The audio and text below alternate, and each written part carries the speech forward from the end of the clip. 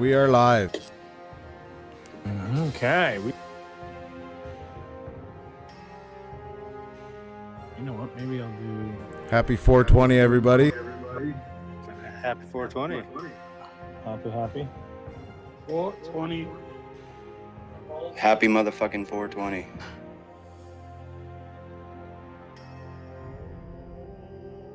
Happy birthday, Tobey Maguire.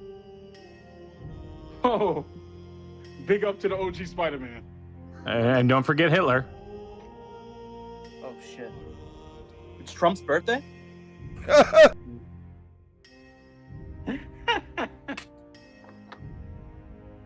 It's not Tobey Maguire's birthday either. I made that up. I don't know why. You're an asshole. I'd have believed it. Yeah, right. Toby.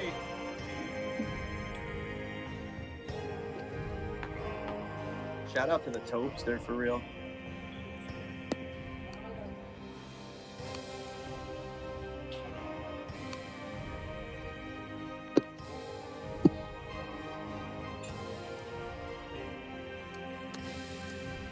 Yeah. They won't let me watch the stream. Oh, now they will. Before, they was like, it's only available to people who are subscribers. I'm like, wow, we got subscribers already? What? That would be crack. It sounds like my I app. subscribed. I follow the channel. I don't know if that's the same thing. I love my fucking token, bro.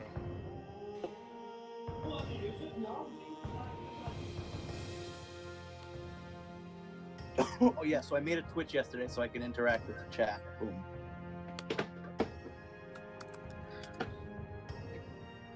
I had to mute the TV because it was confusing me.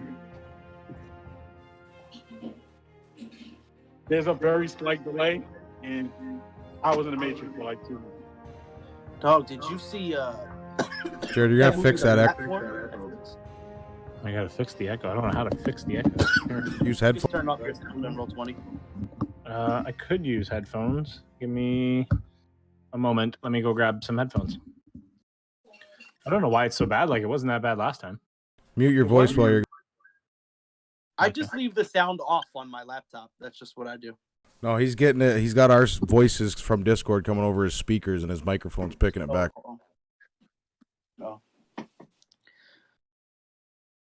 Hooray but for the feedback. platform on Netflix is crazy. Hooray but for the feedback. platform on Netflix is crazy. Hooray for feedback. Yo, Netflix has really good anime. I was surprised at that. They do, bro. They're kind of killing it. Hey, Isn't some dude. Isn't Attack on Titan on Netflix too? It Menju, was, but I thanks don't for think the follow. they have the updated shit yet. And I'm pretty sure Cowboy Bebop's on there now too. No, yeah, of course. I'm not saying the OG shit is not good. I'm saying like they have newer anime that are not bad too. Thanks, Menju. You're the man. Menju666. I fucks with you for life. If I see you getting jumped, I'm jumping in.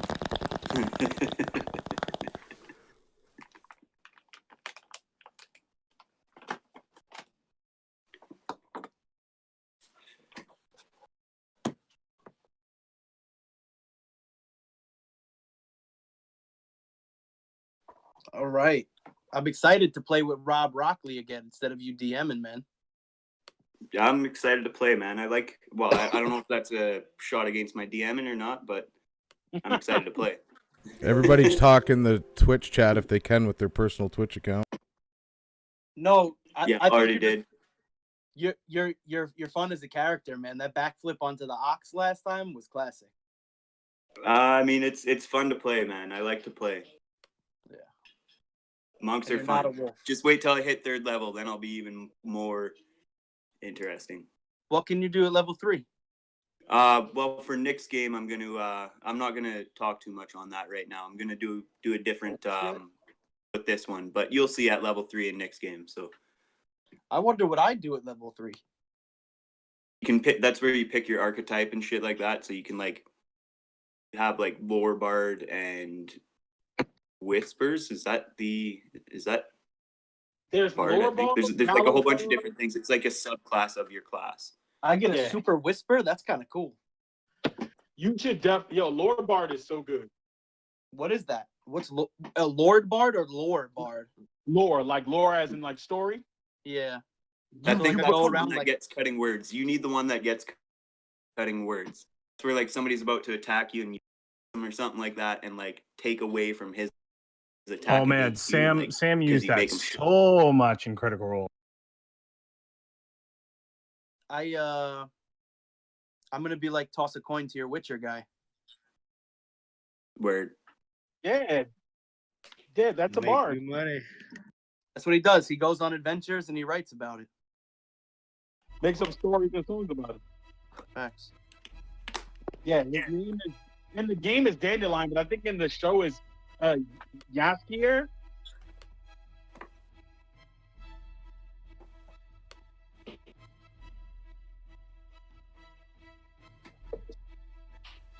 It's weird because on my phone it shows the map and stuff, but not on my.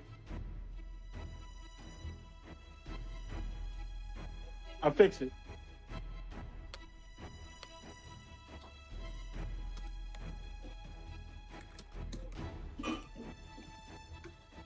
Does this track just sound like it's playing twice?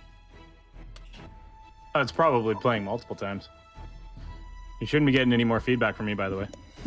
Or not? It I just only hear one. yeah, no, it was just the way it was intro and it sounded different. It I may mean, have this been is me Kevin for a second. McLeod. He does almost all of them. Okay, so I think we're in good shape now. So Pino, do you have your guy on here? I don't see him. Should be on there. Oh, there he is. And he's got his things. Perfect. So I'm going to double click on him. Going to show his nameplate. Yeah, I forgot to do that. And for some reason, it's not wanting to show.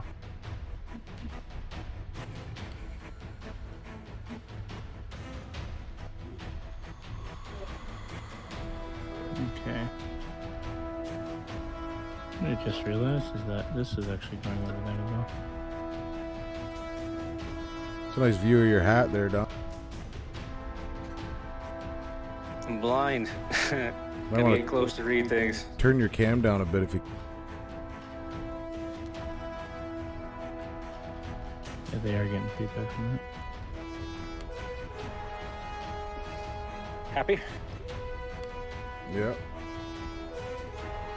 I still can't access the bottom half of the settings in R20.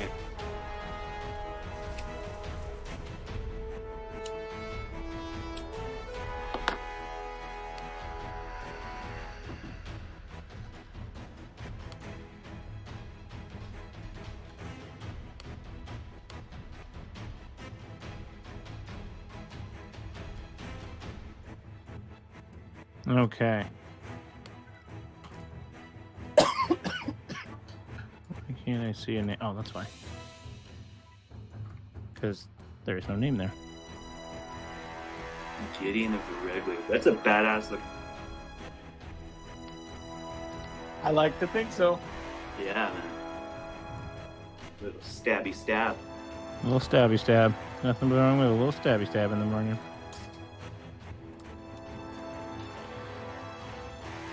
It is kind of weird that I'm going to be fighting with a trident instead of the two daggers. All right, guys. You have a fucking trident? Yes, Yeah, man. I'm gonna He's got a play trident with and a net. It's like gladiator style. Brick had a Yep. fucking trident. Fucking Anchorman.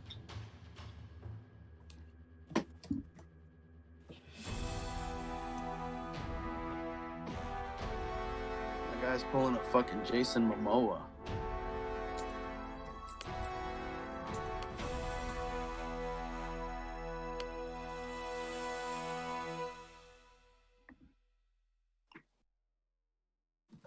Don't you My have a trident net? even has a name. You want to hear it?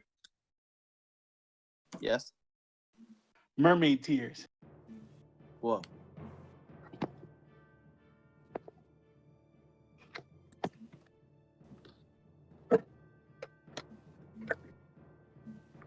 Okie dokie. Pino, why is your AC not showing up here?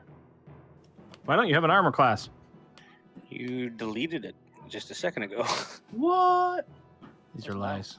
Don't listen to him, folks. He's I feeding watched you do lies. it. He's feeding you lies. Okay. I'm just picking your token. And okay, so now everybody's token's saved. So now all the settings pull over. Okay, so welcome, guys, to your second game here in the Lost Mines of Phandelver campaign. I'm your dungeon master, and let's get right into where you were previous to this. So you had just finished going down the road. So a little recap from episode 1. You guys had gone into along a forest path. You noticed that there was an unturned cart on the path, and you found yourself, wanting to understand what was in there. Your good friend Pino got shot in the chest several times with arrows before anybody really knew it was up. Some highlights are you convinced one of your oxen to go and trample a goblin, and in the meantime, Rob managed to do some very fantastic acrobats and actually ride the ox towards the goblin, which was pretty awesome. And I believe you learned of Gideon's poor torch throwing skills. And that's pretty much where you left off. You now have all goblins dead. You've searched their carts and their bags. You know that there's nothing there for you to have. Again, you are headed down this path, headed to Neverwinter, for a gentleman by the name of Gundren Rockseeker. You're taking provisions to Barthen's Provisions over in Phandalin. You noticed that in the cart there was an empty map holder. Essentially, is a map tube that is empty. And you also do notice, I believe it was Pino that noticed that there was a small path that led through the brush up to the towards the top of your map, heading out away from the path. So I believe the last decision was to go and follow that. And, that's. Are we? Can we take a long rest before that? You certainly can. So you guys take a bit of a rest in the thickets. Who is standing watch at night? I'm looking pretty good. I don't think I'm hurt, so I'll take some watch. I can take half the watch because I get that trance skill, right? Yes, so you do. So I only need a trance for about half the time. Yeah, exactly. Somehow so you only need you don't need a trance for very long, or you have what's called trance, which allows you to take a half for a long rest, basically. Beautiful. So I'll take the first half. Okay.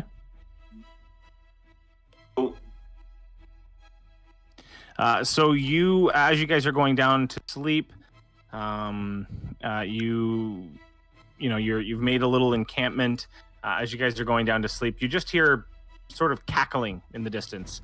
I need who is up right now? It was Pino and Rob, right? Yeah, I'd probably still be awake. I don't think I'd be asleep. Okay, so Pino and Rob make perception checks. You.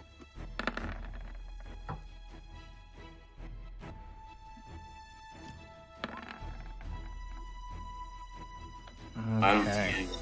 You leaving that on, Pino, or you remember how to shut it off? Gonna have to do it every time. Okay, so we got a 20 from Pino, and then we got a 9 from Rob. So Pino, you recognize this as goblin cackling, and it is coming down the trail that you were on. Coming the trail that we were heading towards, or You're heading towards, yeah. So you're headed towards the cackling. Okay. Oh, no, we're sitting here, aren't we, right now? Yeah, you're sitting here, but I mean the direction in which you guys had planned to move, you're hearing that. Okay. Does it sound like it's coming closer? No, sounds like it's completely stationary. All right. Well, And it's distant. It's about you track it with that kind of track it away. How far away? Sorry. About a mile and a half. All right. Well, I'm not too worried about it if it doesn't sound. I'm going to keep my ear out, make sure that they don't hear him come closer. Just kind of keep the fire down if we even have one right now. I don't think we do. I don't think you do. It's a particularly cold night. I don't think anybody really needed it. So you guys wake up, bright-eyed and bushy-tailed, on your way next up down this path. What is your marching order at this point as you guys walk through this wood? Are we taking the ox? Like, I want to ride my buddy ox. So this path that you're going down is really, really thin. It's actually only one person wide, so those ox wouldn't fit. So we're all back at full health now from the long rest. Yep. So you guys can all bring your boys back up to health once I put them on the on this path, which I will bring you to right now. Just bear with me here. What should the marching order be, fellas? I think we should have strong in the front and strong in the... Hello. You guys want me to go walk up in the front. front or back? Front or back, I'll take either or. I'll stick somewhere in the middle. I don't feel like taking another arrow in the chest today. I'll take the front. I'll stay in the middle. I think we should try for stealth. Okay, so you guys want to try and sneak around here? Yeah. Definitely. Yeah. Okay, so everybody roll a stealth check. And this thing automatically adds the modifiers and everything, right? Yep. Yeah. As long as you click on your stealth. Pino, you need to turn off your No, I advantage. He wants it. I turned it to ask me, and I accidentally had it on disadvantage still. So what's our marching order right now? I'm going first. We got Rob Broccoli in the front. We got Dab I rolled a 20 on my first roll there. Good job, I'm in the Dab. dome. oh Yeah, I rolled a nat 20. So did Pino. If you count it without that disadvantage. yeah. So Dab rolled a nat 20. So everybody is. Yeah, Gideon was an 18. Oh, that's Gideon. Richter's just singing along as we're fucking. I was about to say Richter is just hollering along. He's playing his lute. He's making as much noise as he possibly can. So go ahead and take your characters, guys, and just sort of put them in order. It's one person per order. You can sort of make out this this little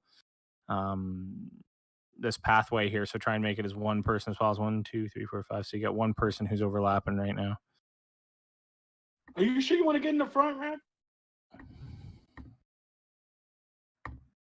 Me? Yeah. I'm good, man. I'm good. Unless you want to go up front. I just wanted to be sure. I'll get in the back. I'll be back here with Rob. I'll be second to last. You're not with Rob. You're with Pino.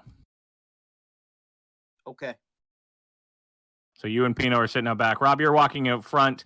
So you guys are walking through this path. You're going through a relatively thin area actually right now, and it's starting to. It's very windy. It's starting to bottleneck, very quickly. Just bear with me here. Can I take a look around? See if there's anything, any creatures, any movement, any Yeah. So food take that I might eat because my make vegan doesn't eat meat. Yep, make a perception check. Go for it.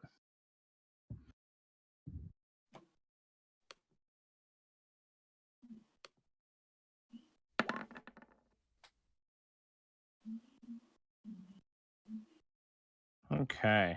18.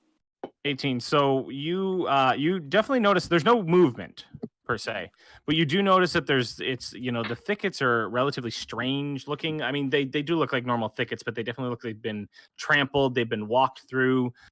Your path has been trodden but by very tiny feet. You recognize them as goblin feet as well, but you have an inkling that something's not right, but you just can't put your finger on it. Can we still hear the goblin laughter and cackling and talk? No, that's since passed. I kind of, as we're walking along, and I turn to the group and I just kind of put my finger to my lips like in a motion, and I just listen a little bit more. Okie dokie. All right. So listening doesn't bring you anything else necessarily. Yep. But definitely everybody else around you sees you, and is definitely aware. Pino, holy shit! Wait a minute. This is got to be coincidental. Your passive perceptions literally count 11, 12, 13, 14, 15. Oh, my character sheet on here is a level 1. Oh. Level 2? So we knocked everyone back down to a level 1 just so that we could keep with this campaign. It makes it a little easier for leveling up and everything else like that, so I don't have to try and keep Thanks for the follow there, Nerdrin. Thank you. Thank Yeah, my passive perception's 15. No, I know what he means by that. Like one of ours is 11, one of ours is 12. Yeah, one of ours yeah. yeah. It's amazing. All 5 of you go in order sequentially. That's funny. So, anyways, I need everybody to make a perception check. Can I? Not that it makes a difference or not, but instead of like looking around for perception, Gideon is just gonna like sort of smell the air, like. Oh, you can just. sniff the air. What are you, a fucking wolf? Nah, but goblins fucking stink. You ain't got to be a wolf to smell stink. So Dab got a 3, Gideon got an 8. Dab got a 3, Gideon got an 8, and Dab shouldn't be rolling for you anymore, Gideon. So Pina got a 20. So, and Rob's in front, right? Rob's Yeah. at 14. Okay. And then who's right behind Rob? Dab? That's Dab, yeah. Correct. Okay, so Rob, you're walking by. All of a sudden, you start to hear. You by this point, you guys have been walking along. You're about up here. You start to hear a crack and then a snap. You step back and try and put your hand out at Dab, but Dab is just walking along like nothing is wrong at all. And all of a sudden, you see the ground start to move underneath his leg. All of a sudden, you hear, and you see Dab. Go ahead. And can I grab him and pull him back? You can try and make this would actually be a sleight of hand check. It actually be an acrobatics check, I'm gonna say. Right. And it's gonna have to be a pretty high one because this is all happening in like a matter of a second. The last time that happened, it was awesome. So That's true.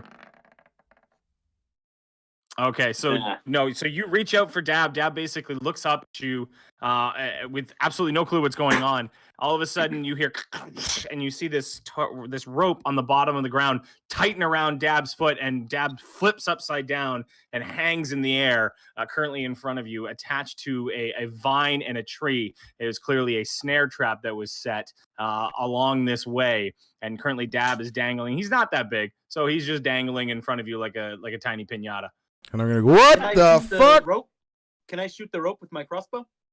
You could certainly try. That would take a lot of dexterity to try and hit a rope, but Yeah. How high off the Anybody ground got is he? dagger? he sits right now about 10 feet off the ground. He's What should I suspended roll- above what should 10 I feet roll off the for ground. that? So I I gotta move Okay, underneath that's- to wait to make a catch him dexterity if he roll? go falls. over my head. Sorry, go ahead, Lex. You just roll an attack.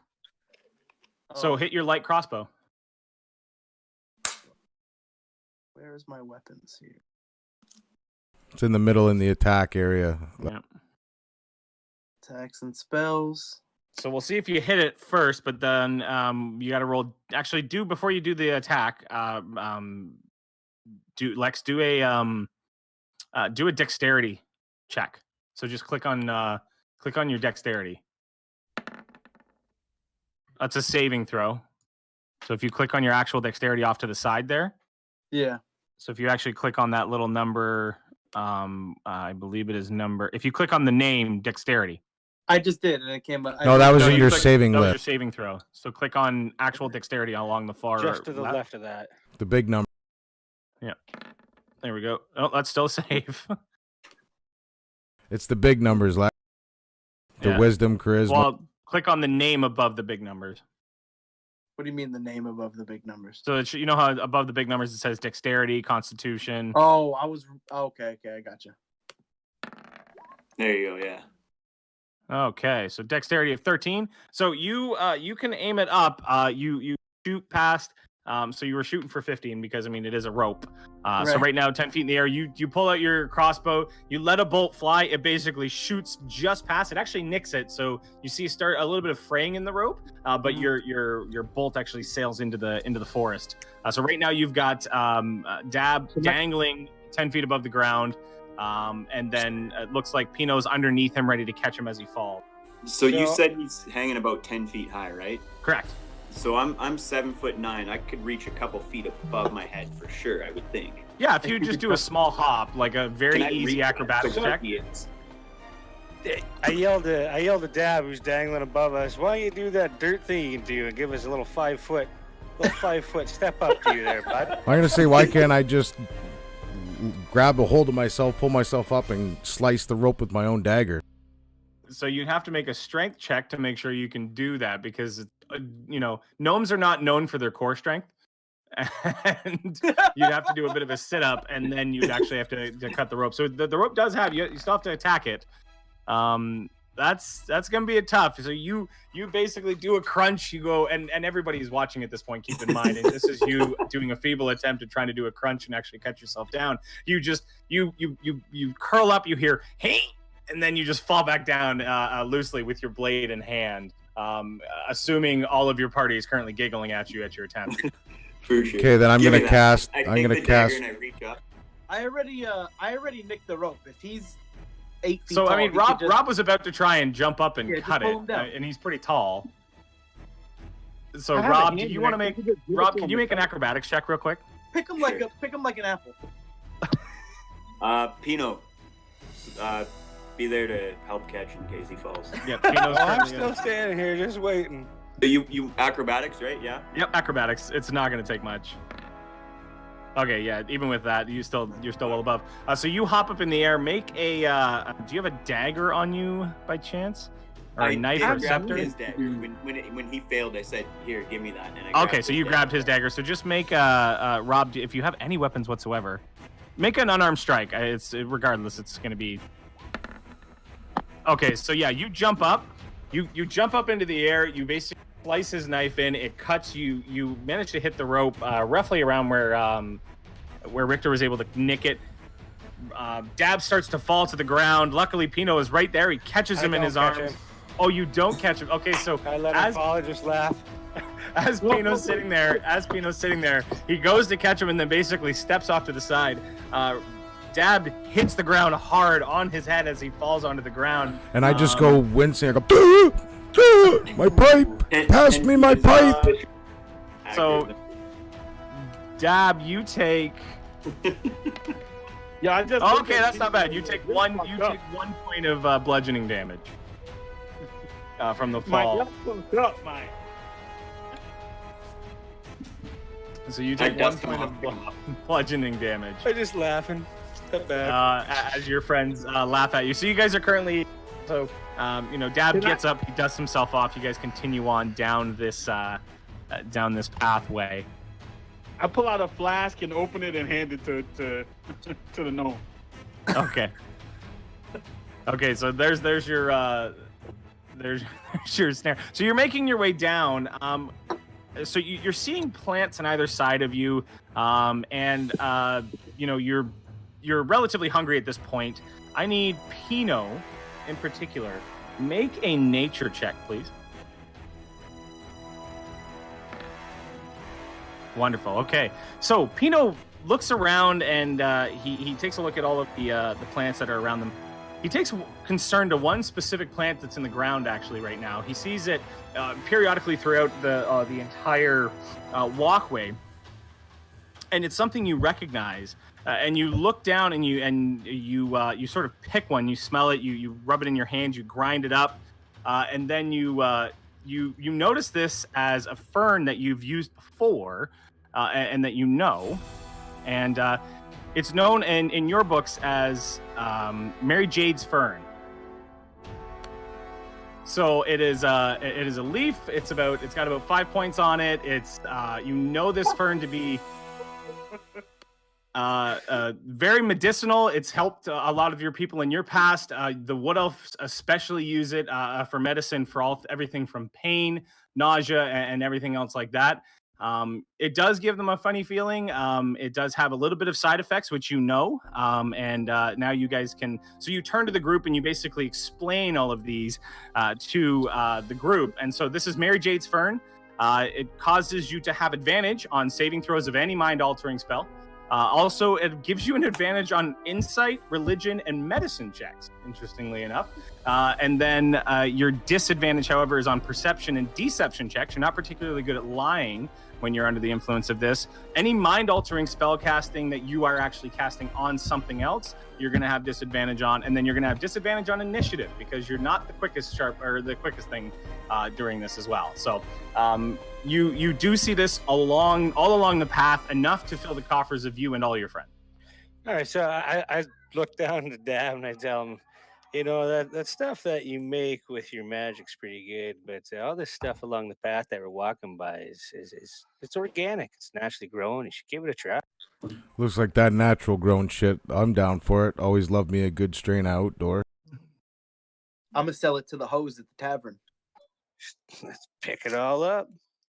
All right, so you guys go and you pick about as much as you can. You grab about a pound each of this fern. It's pretty plentiful all along. Keep in mind that's a pound complete leaf, so that's not refined in any way, shape, or form. You basically just pick up the plants themselves. Oh, it's lit. So right now we got 5 wet pounds untrimmed. That's correct. Okay.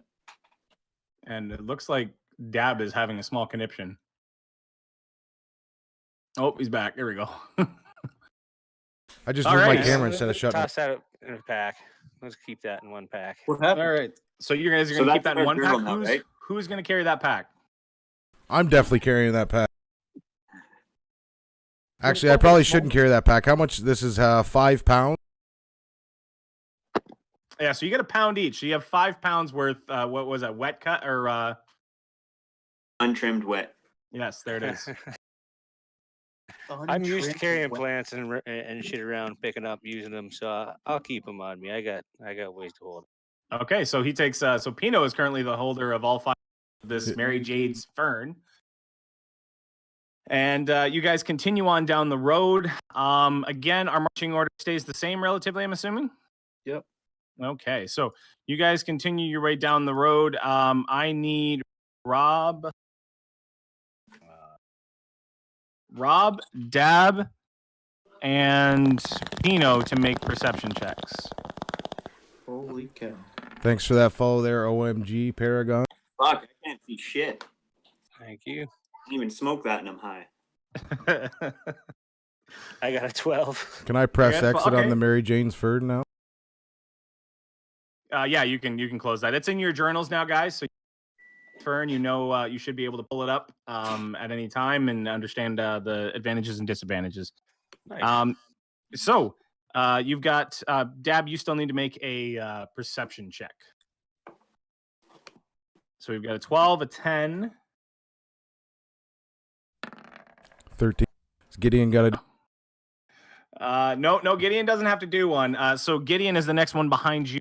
All of a sudden, all 3 of you walking forward, and then out of nowhere, he just sees you disappear. You go completely. He notices you fall. At the very least, he notices you fall, but you completely disappear off the ground. And Rob, Dab, and Pino, you all take. Whoa. Actually, I need all 3 of you to make a dexterity saving throw. Sorry. Yeah. What the fuck is going on? Sinkhole. Nah. Somebody hit their ass with the bottomless trap hole, bro. Oh, Dab. Dab's having a bad day. Oh, what the fuck? Oh, no. What the fuck? I don't know. My shit lagged. So the first one was a 4, but it's not a natural 1. It's not a nat 1. So, this is going to hurt. So the 3 of you fall down into a pit that's filled with very jagged rocks. You each... what's that? Can I scream? Oh, yeah, you scream the whole way down. It's about a 15-foot pit, and you scream the whole way down.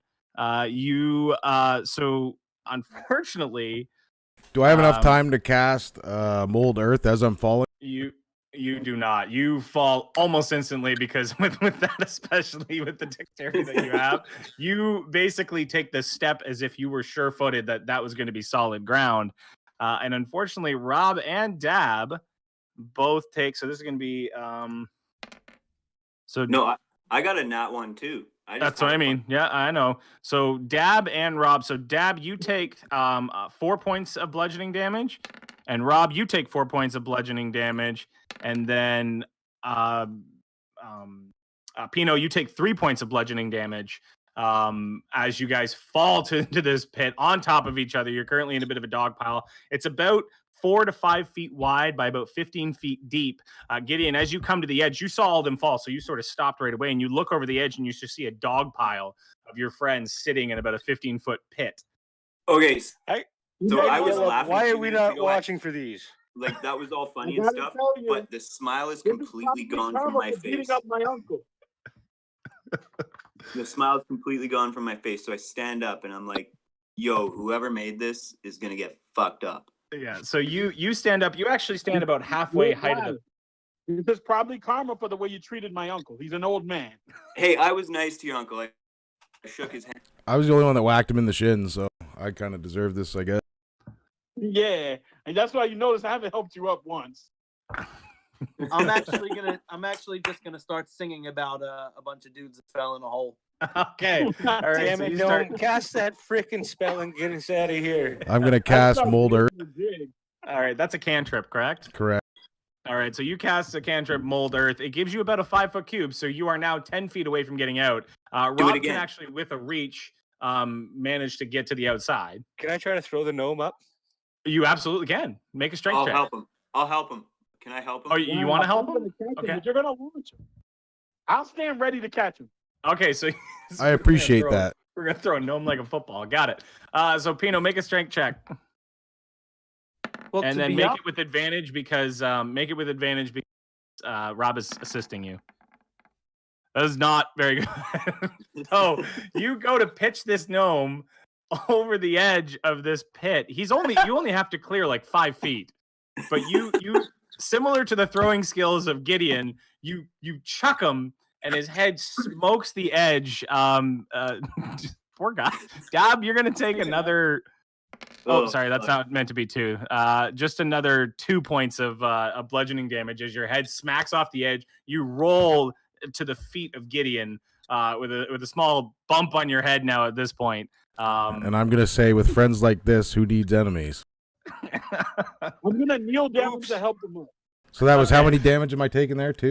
Just 2 points. 2 more Just points. 2. I only got fucking 3. I'm gonna kneel down. Poor Dab has not had a good day. I'm gonna help him up. Gideon gonna has a take that net. hand. Can't Gideon put him in the net and pull him up? No, I don't need to. I'm Pull who up? The Me? No, gnome- I'm just gonna help him to his feet. Oh, the gnome's at his feet. Like the gnome is up out of the pit and just Oh, at okay. his feet. Yeah, He just just- rolled. So basically, But I hit think my of it as- face off the lip of the hole on my way up. exactly. So, yeah, his face Yeah, off the lip of the hole. I'm gonna hand you the same flask I handed you when you busted your ass before. Yeah. So Rob, what you find funny is that Pino decided to try and throw Dab. However, you guys were about 10 feet away, and you could have probably lifted him up out of the pit on your own. Because with your reach, you can actually get up out of the pit. So you managed to scurry up out of the pit.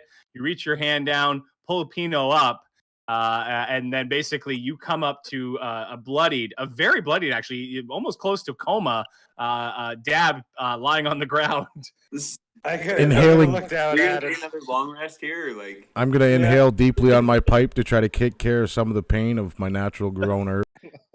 I'm gonna look down at him. I'm gonna take some of this new shit out we got. I'm gonna Yep.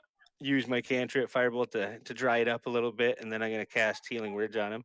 And I say, Okay. I'm sorry, buddy. You gotta try this out. This is All gonna right, help. so you try out this wonderful herb. I need you to make a check, Pino, as you A do which- that. A nature check, and then Dab, and then also do your healing word. Oh shit. Okay, so yeah, so then you just your healing word works as normal. But now, is Dab going to be taking some of this before the long rest? Are we actually taking he a long doesn't rest? have I was to- joking. He doesn't actually have to smoke it, but I'm not telling him that. Thanks for the follow, but still one rise. Thank you. Yeah, so he doesn't actually have to smoke it to get the healing, but I'm not gonna tell him that he doesn't have to smoke it. So that's up to him. I'll smoke anything. So just as you go back to the coffers of your mind, you remember too that the effects of Mary Jade's Fern falls off after one long rest. Okay, so I'm gonna smoke the herb and I'm gonna take the heal. So you Max. take a puff of your pipe. You go up 7 health as you take your long rest. I kind of interesting that you decided to cast Healing Word because, I mean, you guys, I'm assuming you're taking a long rest here as well? Oh, I thought we I were was still going joking. down the path. I was joking, but we can take a long Oh, rest. okay. So you just, so if you guys aren't taking a long rest, then you 7 health. You take a hit of that pipe. You start to feel a wonderful sensation over your body. The pain is definitely lessened from the blows to your face and to your chest and to your head. You're starting to feel a little bit better. You become a lot more talkative, which is starting to annoy some of the other folks, even the bard, which is really hard.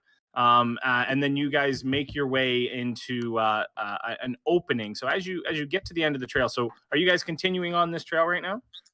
So are we going to take the long rest? Everybody's health's pretty good. Was that a cantrip healing? Have we been?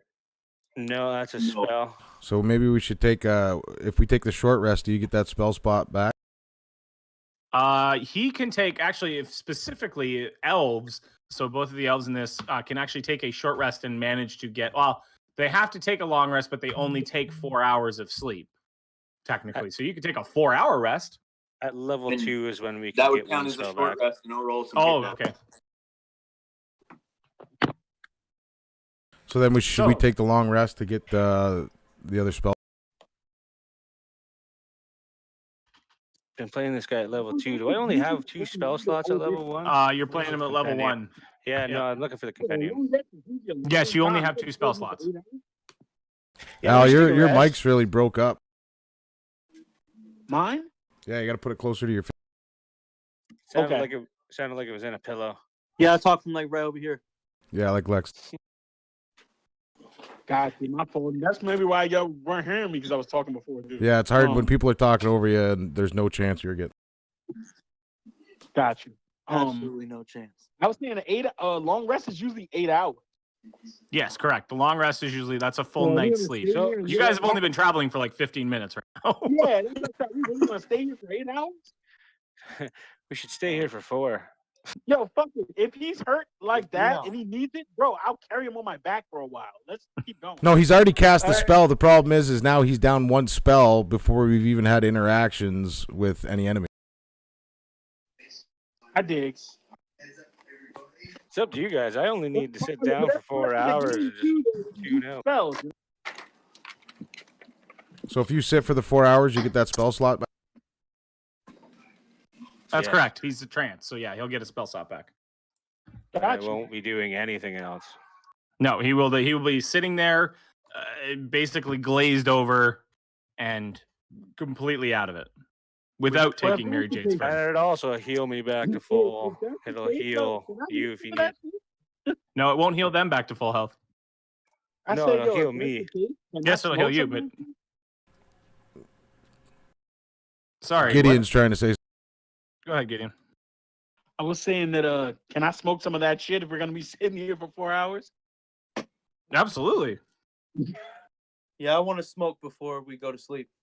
All right, so you guys managed to dry. I'm assuming you're casting Firebolt to dry all this off, pick it out, and process it. You've sort of you've taught the team the ways of picking it and making it, pulling out seeds, stems, and everything else like that.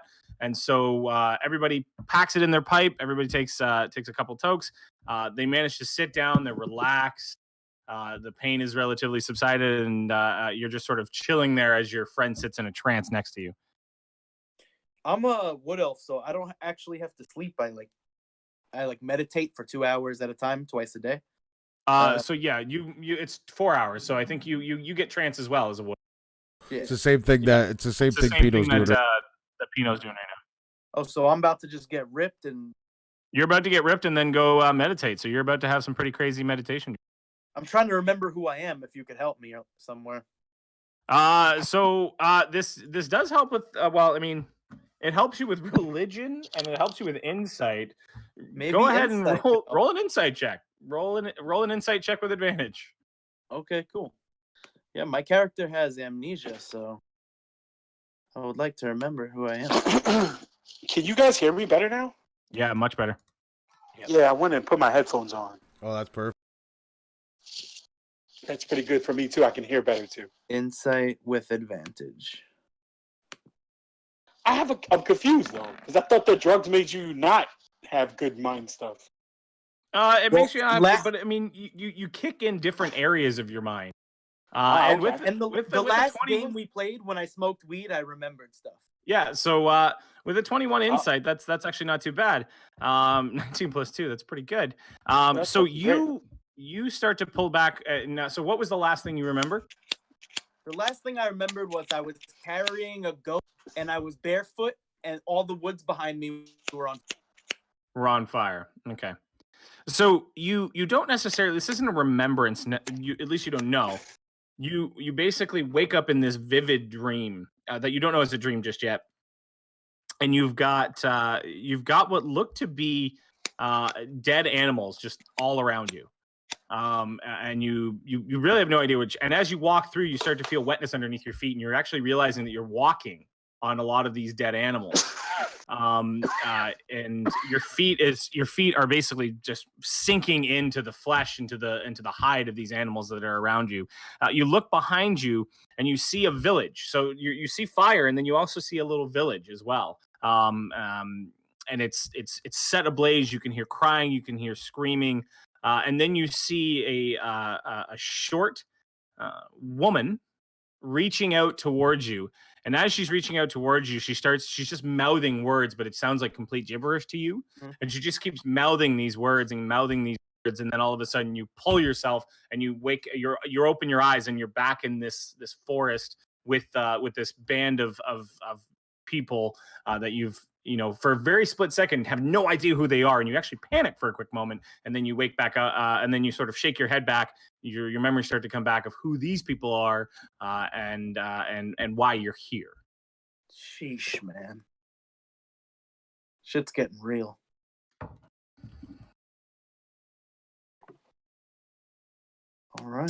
All right. So you guys pull yourself out of this out of the trance. You guys have been sitting for 4 hours, basically doing absolutely nothing, sort of fucking the dog, and then already won. Is Richter Sky League or Water League? I'm Sky League. Sky League.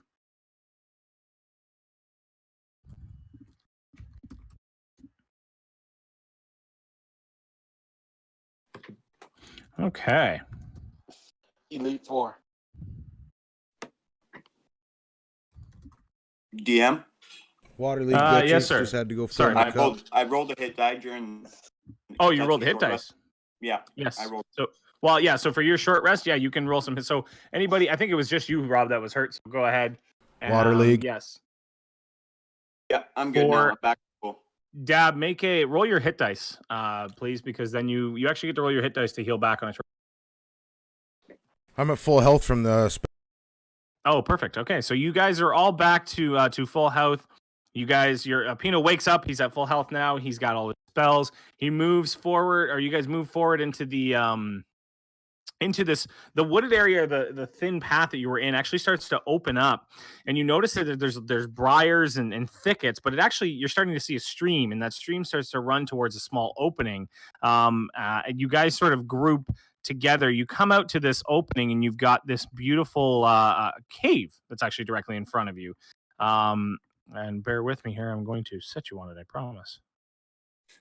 And so with this cave, you're noticing like a thicket of briar, or a thicket of oh geez, where am I? There we go. A thicket of bushes that are up to the left of you, or to the right of you, and to the left of you. The actual stream goes into the cave. You only see a small opening into the cave right here, from where your line of sight is. I need everybody to roll for perception.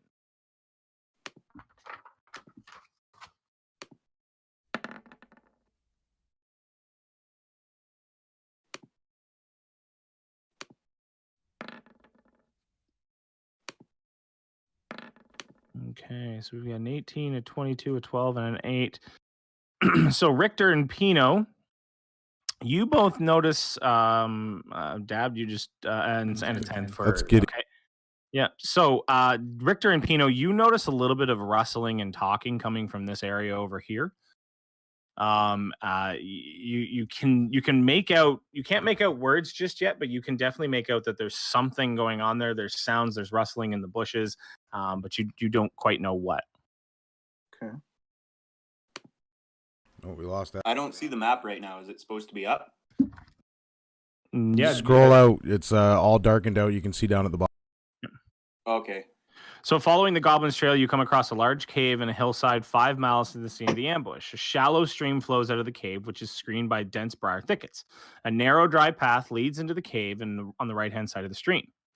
On the east side of the stream, the flowing cave mouth, a small area in the briar thickets has been hollowed out to form what seems to be a post or a lookout. And this is what Rob and Richter and Pino are seeing. You can see that sort of wooden planks flatten out some of the briars to provide room for the guards, and they lie hidden to watch the area. So you actually see two goblins, a pair of two goblins actually sitting in this area. You've managed to scout them out, and you actually now see them. They're actually sort of looking at each other, punching each other from time to time. Looking to not too, evil. So they're here or back here? So yeah, they're right where you poke. So I will actually now that you know they're there.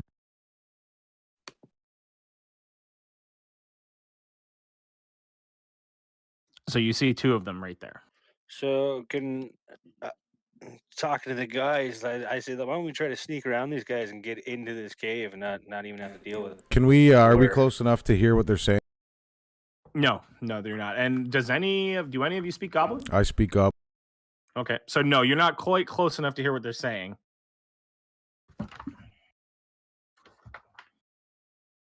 Okay, so yeah, you want to sneak up there, Pino? Well, I want to sneak around them. I mean, we're trying to. Actually, no. I think you're right. I think we need to know what's going on there because we're looking for whoever got dragged. Maybe they just got dragged here. They didn't go in the cave. I mean, can you And set the trees on fire and draw them out? I don't think it'll be necessary. We can't sneak them. We might sneak them and kill them quick. They're just goblins. They're only two. I'm with it. I'm down to roll stealth. All right, can we maybe stealth close enough without being noticed, just to listen in on the conversation? Yeah. So how many people are rolling stealth? How many people are sort of edging forward? Well, I understand goblin, so I should probably be in. Okay. I know where they are. How far away are we right now? So you're about. I mean, you're not that far. You're about 30 feet away. So Okay, so that's correct. Okay, I'm just making sure. I'm gonna stay. I'm gonna let Tim, if he wants to listen, I'm gonna let him go by himself. Who's going up? I mean, I rolled a 22 on perception. I could kind of make out which direction it's coming from, and I mean, at this point in time, Pino's already told you where the sounds are coming from, and you guys, by looking, you notice them. You just can't hear, make out what they're saying. Right Okay, if I was to sneak up on the other side of that bush, would they be able to see me? You can do a stealth check to find out. I also have rock camo. Okay, so it gives you advantage in these areas. So I roll a stealth check with it. Correct.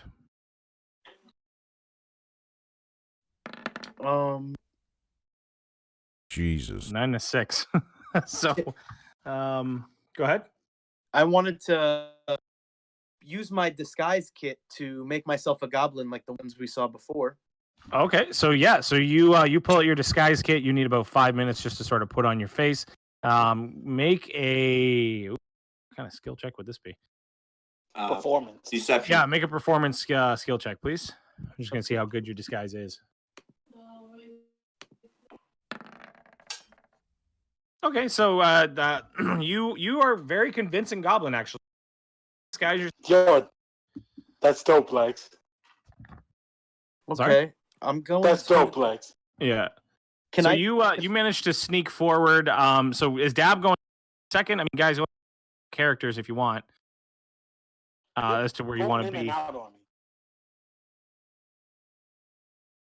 I'm probably gonna go second because I rolled the lesser stealth, so I'm not gonna be that fucking quiet, and I could probably hide behind Richter because I'm 3 feet tall.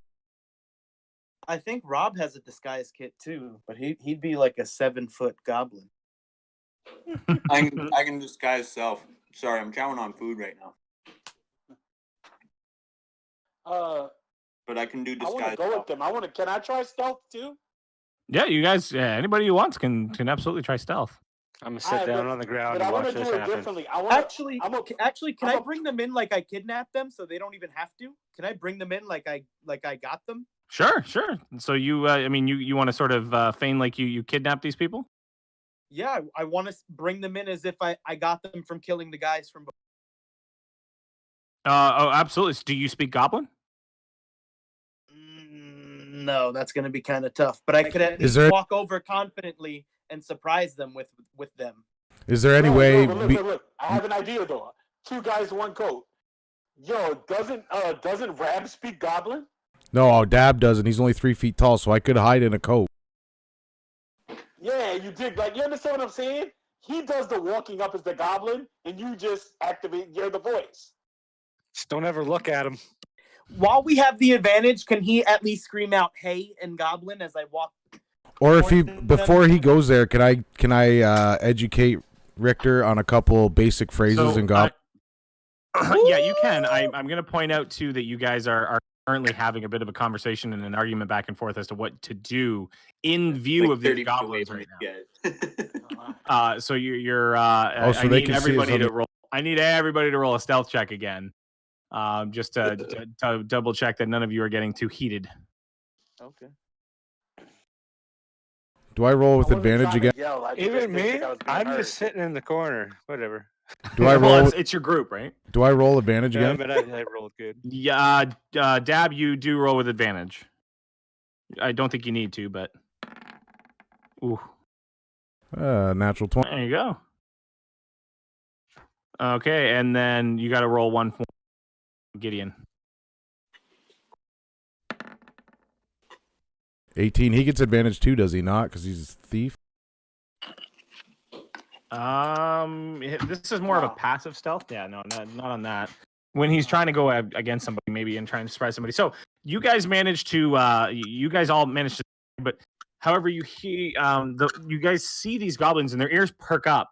They hear one particular person yelling out, and it sounds like goblin speak, what they're hearing, but they're actually, it's not making any sense to them. And they look over and they see this tiny goblin that stands. Richter, how tall are you? I am. If you go to bio, it'll go to bio. Where my bio, my character sheet here? Yeah, top right. Bio and info.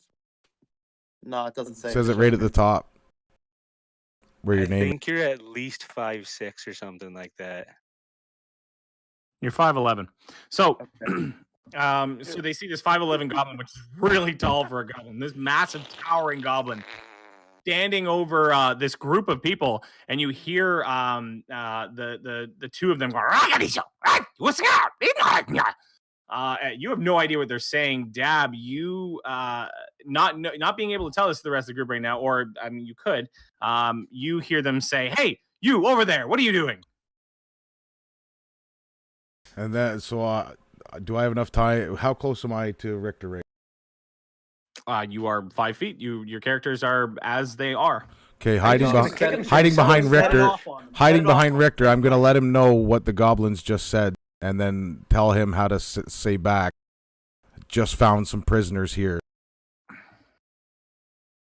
I'm gonna say I don't got time for none of that bullshit, and I'm shooting at him with my crossbow. Oh, okay. Damn! Oh, So- Rick, damn! So you pull out your crossbow. Now these guys are technically behind covers. Advantage Let are the going to. plan happen, bro. I'm trying to let one fly through the branches and hit this guy right here, right in his head. Okay, Classic so Richter. you are. I'm So an elf. you're. I'm an elf. I feel like I'm pretty comfy with that. Yeah, your advantages and your disadvantage is going to cancel out on this attack, just because you would get advantage because you're going to surprise them, but Right. you'll get disadvantage because of the them behind partial cover. So go ahead and roll a roll for an attack with your crossbow. Bro, we got to start talking about restraint. Shoot Terrible for fast positioning, bro. later. It's Only if lit. it goes bad. I'm just trying to. Is it in my score? Light crossbow. Here we go. Yeah, your crossbow should be under your attacks. It only lets me edit the.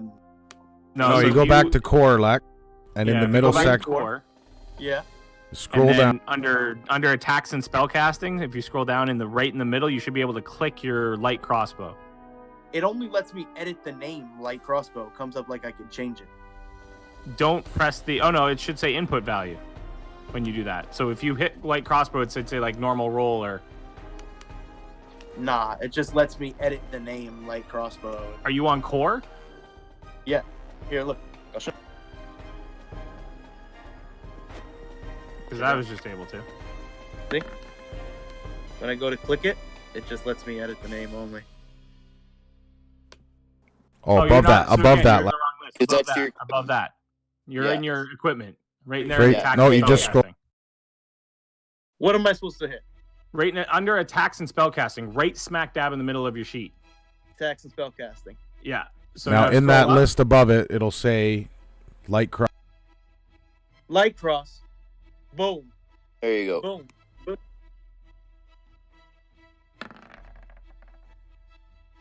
Okay, so a 10.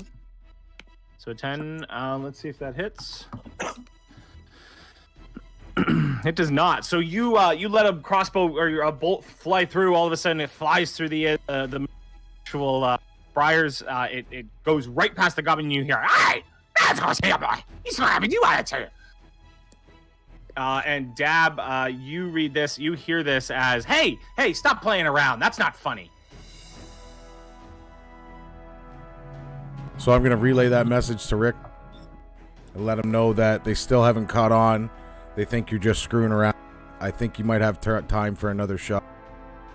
I'm gonna say yell something back. Why would you say that? So Yell something back. at this point in time, at the same time as you continue to talk this, the other goblin, you turn and go, Timon goes, and it you hear this Dab as, "Why is that tiny human talking to you?"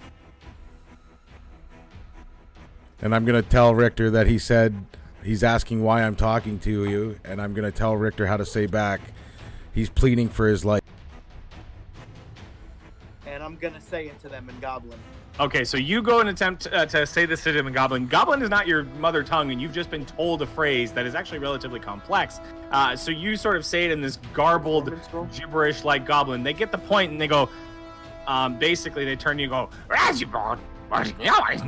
and in which case they say, "Well, you don't sound right. You sound very strange." I feel like I'm a bard and I'm like kind of charismatic and nice with it, dude. Maybe I could get I want to ask him how to say I'm bringing them in. Maybe performance is another performance here. Well, so you're gonna wait a minute. Are you trying to ask Dab how to say that? Yeah, I want to ask him how to say I'm bringing them in and try to. So yeah, do another performance check. Because right now your facade is starting to fail. Oof, it didn't work. Ooh. So you turn back. Dab sort of mumbles to you what he's supposed to say. All right, and I'm going to say, screw this, cast Firebolt at the same guy that Lex made. Okay, so before he can get that, okay, so you don't even answer him. No. Okay, so you cast Firebolt towards the goblin. You're gonna actually do this with disadvantage. Actually, no, you're still gonna do this with advantage, and then disadvantage because the two will cancel out. So just go ahead and roll an attack spell with your Firebolt.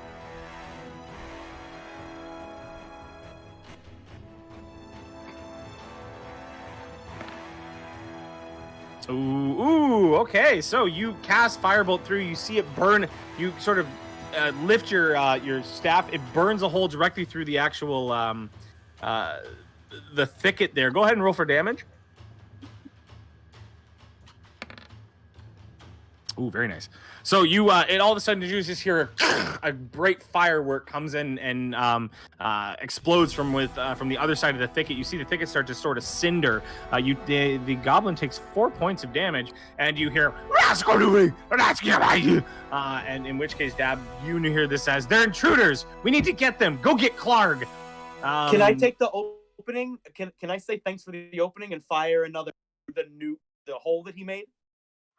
You could certainly try. This will kick off combat. You'll get one more. I'm gonna give you maybe one more round of hits. Just you. So I'll say just you can do that, and then we all have to roll for initiative. So go ahead and roll. So now that there's a hole, he would get advantage.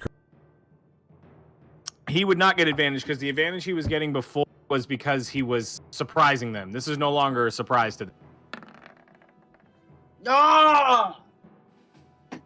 So you go to fire off a bolt. Your actual bolt malfunctions, kicks back at you, and actually comes back and does 4 points of piercing damage as you get hit with your own crossbow, and the string comes back. Also, right now your crossbow is broken, so you are unable to use your light crossbow because it is actually snapped in half. The strength of the string has just basically split it in half for you.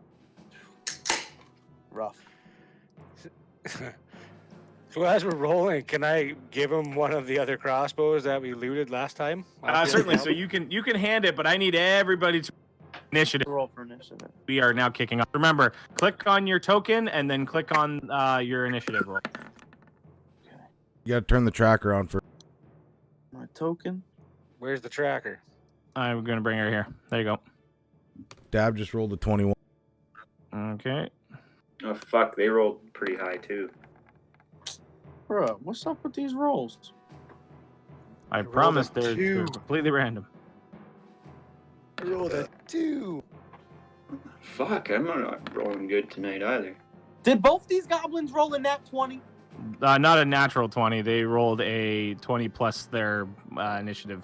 So Dab Plus rolled their a dex nat. just plus 2. Dab rolled a nat 20. Gideon rolled a 10. Yeah, rolled a nat 20. Gideon rolled a 10. Yeah, so Yeah, they're I all. definitely want somebody else to roll. So mine's 20 plus 1. Yeah, well, you're in there. You're already in the turn order. You should see yourself. Now I do. Okay, so Dab, you get the first shot at this. Gideon's Look at not this. in there. Oh, What did Gideon roll? 10. Thanks for the host, Toki-Wan Kenobi. Oh, I like that name. Toki-Wan! My guy. That's what's up. So he's hosting our channel now, which means our channel's playing on his channel. Ooh. dope. Nice, Shout out thank to you. Toki. Thanks, Toki-Wan. All right, so you God guys bless you, are Toki. you guys are currently sitting outside of the this briar. You pissed off some goblins by letting fire some bolts rather carelessly. Richter's managed to take a nice hit from his crossbow and been handed a second one. And Dab, it is your turn. What are you gonna do? I'm gonna cast Firebolt back at the same goblin I was aiming at the first. Okay, so go ahead and roll for an attack.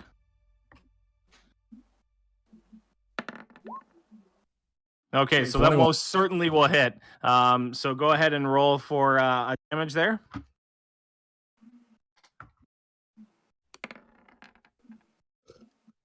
Fucking- 3 damage. You cast Firebolt again. You rear back. You shoot this bolt of red hot lightning directly towards it, and you actually smash. You hit this goblin directly in the face. You see its eyes sort of burned out, and it falls out backwards. It is dead. The next one. So now they are going to try and make their leave. I got to get to my X. Why is my X all the way over there? There it is. All right. So that goblin is certainly dead. And we are going to delete him from the turn order. This goblin is going to take all his movement possible. 3. And move into the cave. So you guys see him scurry away. You in combat as he would manage to. I didn't think he'd get that high in the turn order, but he did. So he managed to just scurry away and get away from the firebolts. We'll maintain your initiative for now, but you guys are basically where you are. I'm gonna give chase. All right. So Gideon, you're up next. What do you want to do? I am going to move my 15 movement to the edge of the river, Yep.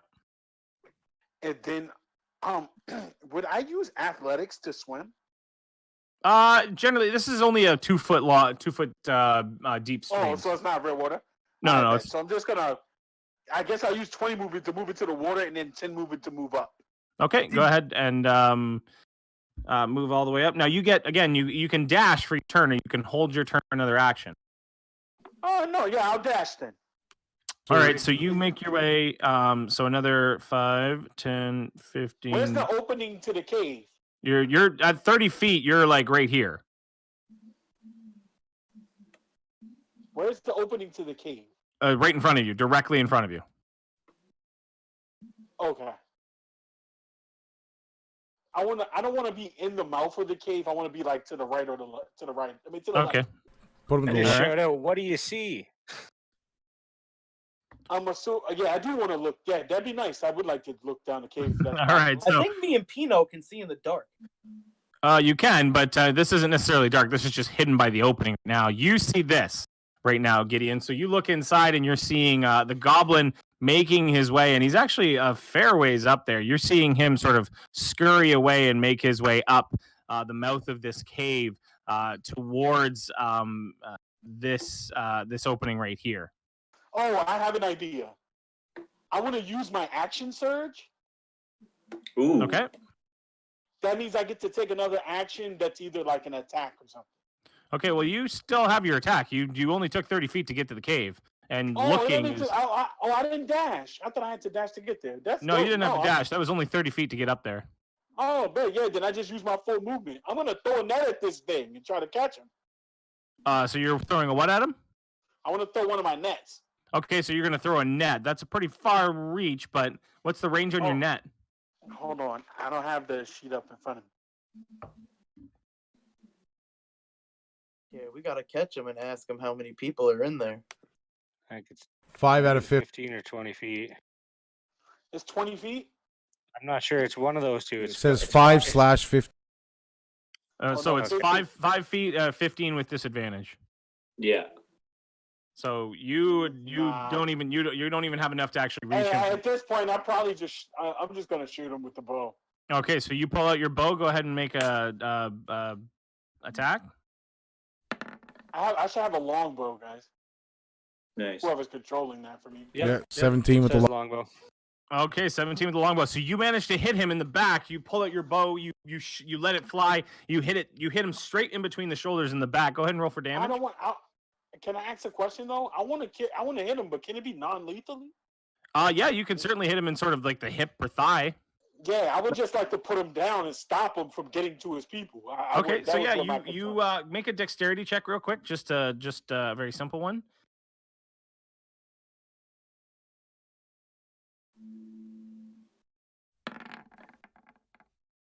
Ooh.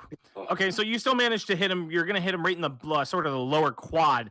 You know it's not gonna be lethal, but you don't know if it'll slow him down depending on how much damage you do. Go ahead and roll for damage, which is with a longbow. Oh, you've already got it set. Sweet. So he takes 3 points of damage. That's 1d8 plus 1, sorry. So that's 4. So 4. So he takes. So he starts. You let this bolt flow. It hits it in the back. It hits him in the back of the leg. He goes, "Ah!" And you see him start to limp, but he's still making forward. But he's moving extremely slow at this point. Can I shoot him in the head with my new crossbow? It's not your turn yet. Oh. You guys are still sort of in a combat situation. Gideon, does that end your turn, or you want to take an action to try and shoot him again? I think I do want to actually say to shoot him again because I don't want him to get to whoever Krug or whoever the fuck he was calling for. I can Okay. get to him. I can get him. Eat him. You think you get? Are you next? I'm next. Yeah, you could get him. Then I'll stop. I'm good. He's I'm a chucking furball. darts at him. Go ahead. All right, so that ends your turn, Gideon. Rob, you're up. Go ahead and move your character. I think you have 35 feet of movement. Do I figure that these are the little fuckers that made that trap that I fell in? You can certainly make the deduction if you like. I'm making that decision that I'm gonna do that. So I'm gonna run up, right to the mouth of the cave there. Okay. And as I'm running up, I pull out one of my darts and I just fucking spit on the tip of it, just and I wing it at him. Don't kill him, mate. Don't kill him, mate. We need to question it. Okay, so you swing off your dart. Go ahead and roll for attack. All right. I'm also gonna heed Gideon's words and try and go non-lethal. Go ahead and roll for dexterity. Okay, I'll do the dexterity right now. Is it a save or just a dexterity straight? It doesn't really matter because you let a dart fly. It flies past the back of that goblin and just basically hits some rocks into the bottom. Fuck. I look at let Gideon the goblin and- get to me. I shrug. Sorry. Arrows for the head. So, I mean, No. keep in mind, at this time, guys, remember, it turns 6 seconds. So you're all sort of charging. This goblin has only gotten as far as he's gotten. He's not getting any further. until he goes again. So Rob, was that going to conclude your turn? Anything you want to do, or? I think that's it. All right, Richter, you're up. I'm gonna get as close as I possibly can to him. That way, I have an advantage on the shot and I'm not super far away. Why would you get an advantage on the shot?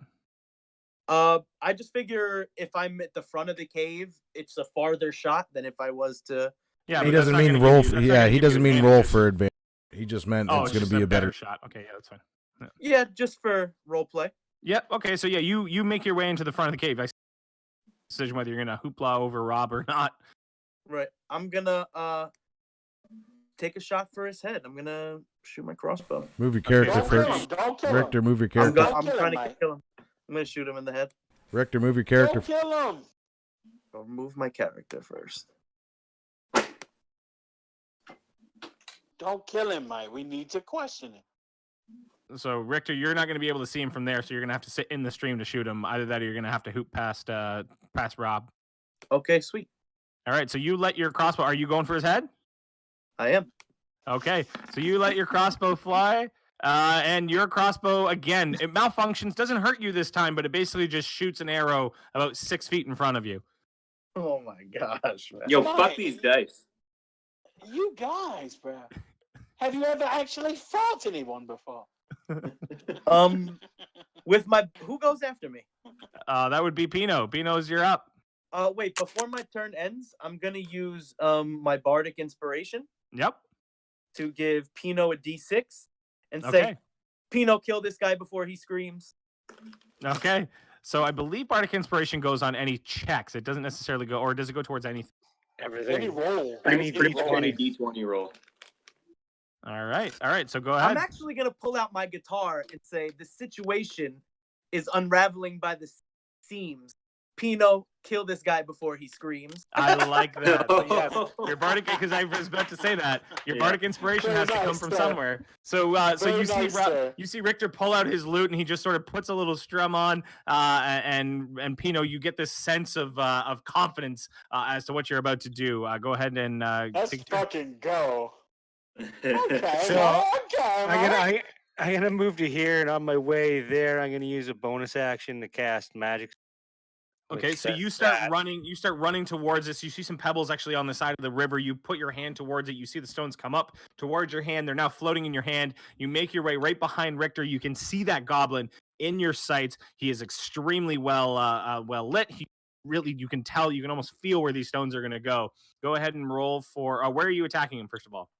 So I was initially gonna try to knock him out with one of the stones, Okay. but I feel pretty fucking inspired, and I think I'm gonna get a little overzealous and maybe throw it a little hard. Okay, you're gonna throw a little hard. So you go ahead and roll your attack plus a d6. This is the part that I couldn't put in there, so one quick second. I So it'll fucking had be it. your d20 plus your spellcasting ability plus a d6. If you don't hit him now.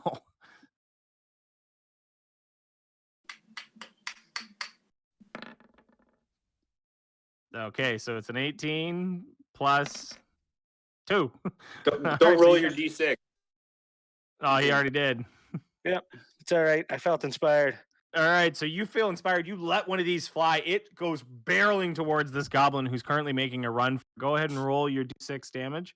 So it's your d6 plus your spellcasting ability, which I believe is 3. So you four send this altogether. stone straight through, and all of a sudden you see a small pebble-sized hole run right through the middle of this guy's neck, and you just see a body slink to the floor as it falls lifeless, and you just hear. "Ah!"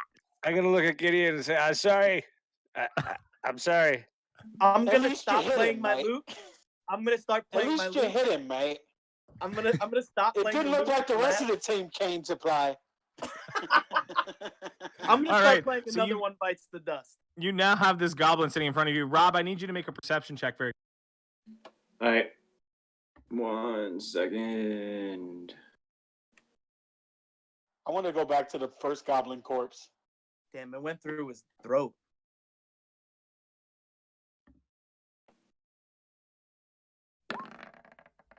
least he didn't suffer, mate.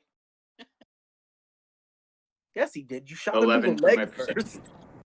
I'm sure he wasn't happy. 11. Okay, so you hear some growling and barking and snarling coming from this room right. You can only see the steps at this point in time. You can see a little bit inside, not a heck of a lot, but you see, that's about what you see right now. It's you can hear snarling, you hear barking, and you actually hear the sound of clanking chains. Shit. Sounds like more than goblins are here, boys. Sounds like. Are we still in turn order? In Yes, at this point in time, you're going to make your way through this cave in turn order. The only reason being is because there's so much stuff that's going to be going on throughout this. Okay, I'm can gonna I need- quickly search gonna that need- body that's right beside me? Yeah, I yeah, want to pick up the first goblin corpse and shake it.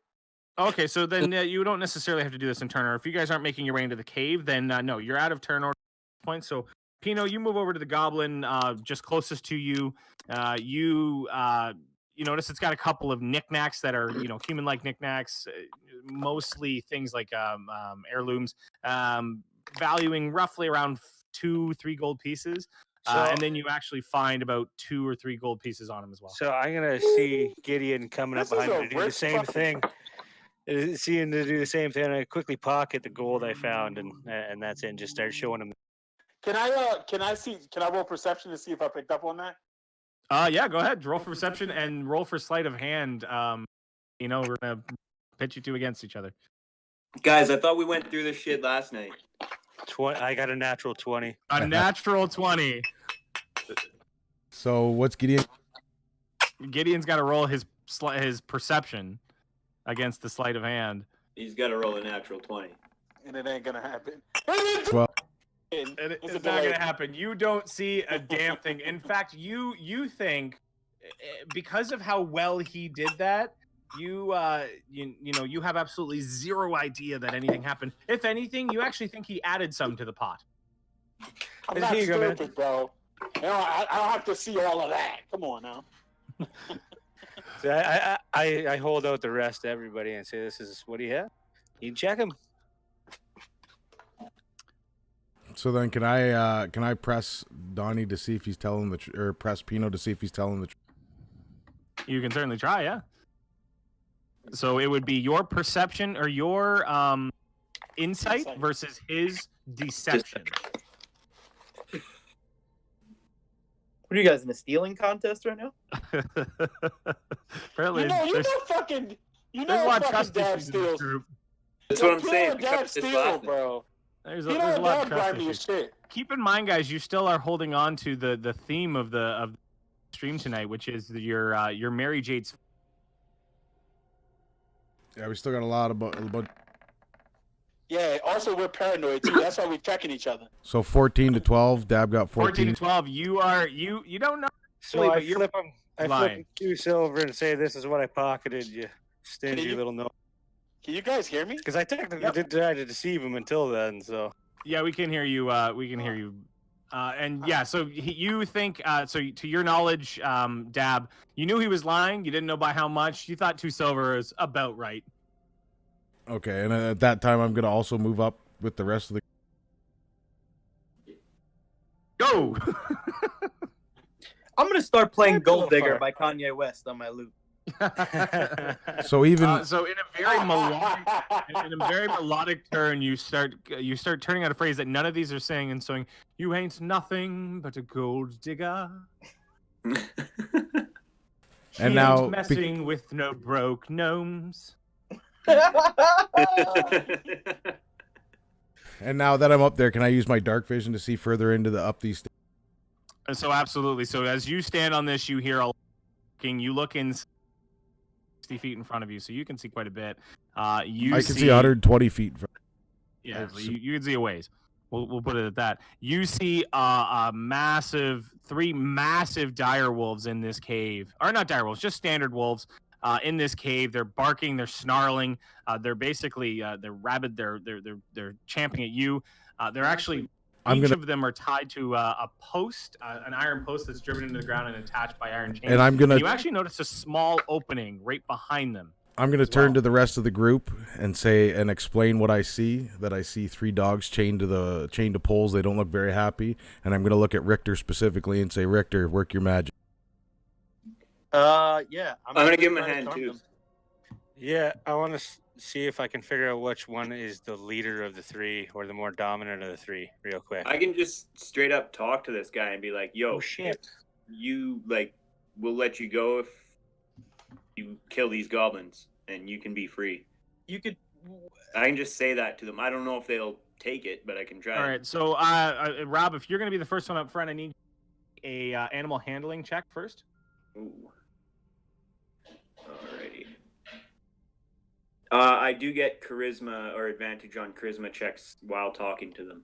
Okay, so yeah, so you start talking to them, you hear them just basically, even with you being able to speak, their intelligence is relatively low, so they are not, you don't hear anything back. Do you just want the one check? No, that's good. That's all you needed. So you hear them, you basically see them turn down and goes, "I'm not your friend. I will eat you at the first sign I can. But for now, I'll let you pass without making noise." I don't Sounds fair. trust them. I'm gonna try to charm them. Okay. So that means pulling up the wolf. The fuck is All my right. letter? So Rob, are you doing anything else? No, I'm gonna let Richter do his thing. All right. So you let Richter. Richter, you're gonna go ahead and what are you gonna cast on them? Animal friendship. So animal friendship, all that, again, that just makes you friends with them. It doesn't necessarily allow you, it doesn't make them do whatever you want. Right, but I could at least have a little bit of leverage with them. You can have a rapport for Right. sure. Let me look it up real quick here. Actually, you can click on that. Can you click on that spell so I can see it? So if you go to your spells and then click on animal friendship. Yeah, for sure, I could do that. Do you want me to roll it? It wants me to Nope. roll. Well, yeah, just animal friendship should be in your spells list. Yeah, it is. Okay, so yeah, go ahead and roll. So it'll say normal roll. Perfect. A spell lets you convince a beast that you mean it no harm. Choose a beast that you can see within range. It must see and hear you. The beast's intelligence is 4 or higher. The spell fails. So first of all, its intelligence is not 4 or higher. Otherwise, the beast must succeed a wisdom saving throw or be charmed by you for the spell's duration. If you or one of your companions harms the target, the spell ends. So it's not going to attack you. That you mean it no harm. Okay, so yeah, I'm gonna follow with this. So it's going to do a wisdom saving throw.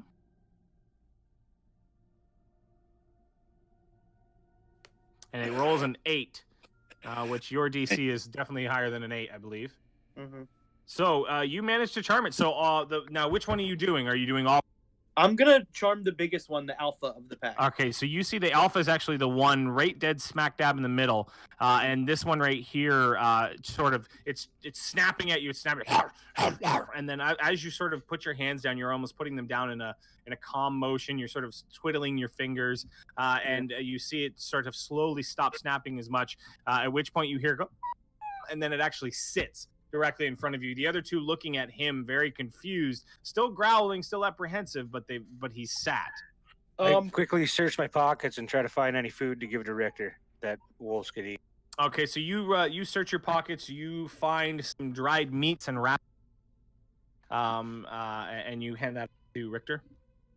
I basically just want to use them to take this cave over and let them know that when we kill the goblins, they can eat them and keep this cave to themselves. So the other one turns back to you see it turn to the other two sides. It sort of it barks and growls at the other two. The other two sort of looking really apprehensive, but they manage they sort of sit down as well. At this point in time, they sort of nod in acceptance. You still can't understand them at this point because you're not the one talking to them, but Right. they sort of put their heads down and then put their heads back up. Okay. Say, All right, Brad, so- can you translate for him? I can't understand them. They can understand me. Don't I have speak with animals? Yeah, you talked to the ox last time. Yeah, I do. I have speak with animals. Is I it think that's a spell. Yep. You want to cast all your spells? No, I don't. Yeah, that's a level 1 spell. That is. So we know that they're in agreement anyway. Yeah, that's good enough. Yeah. Anything they could do is plus as long as they don't attack us. I just So- figure that these goblins are assholes to them, so They're feed the currently goblins. still constrained by heavy metal chains and a metal rod in the ground too. Let's break them out. I have a question. Yes. Are these chains on a lock or of any sort? No, they're basically looped around a steel rod that's driven into the ground, and the rod is like hammered down flat so that the chain can't come up over top of it. So can I Well, cast? Dad knows Can how I to do it. cast- He turned it into dog food. Can I cast mold earth to remove the post from the Okay. ground? So yeah, you pull your hand back. Which one are you doing? All three? Or are you gonna do one So at a time? I'll do all before three. you do this, can we like hold out the meat that I tried to hand Richter to these things? You know, So they try don't to need it. offer a little peace offering. Do everything we can to show him that we meet him no harm. Yeah. So you hold out your meat. You really can't reach the air. The sort of reaches up and snaps it into his mouth and starts chewing at it. The other two barrel in and start chewing it as well. They all get a small piece each, and then they just sort of continue to eat, and then sit back down, and look at you. Rob, tell them we mean no harm and that we're gonna let them go. And drag a goblin body up there with you while you do it, so they see.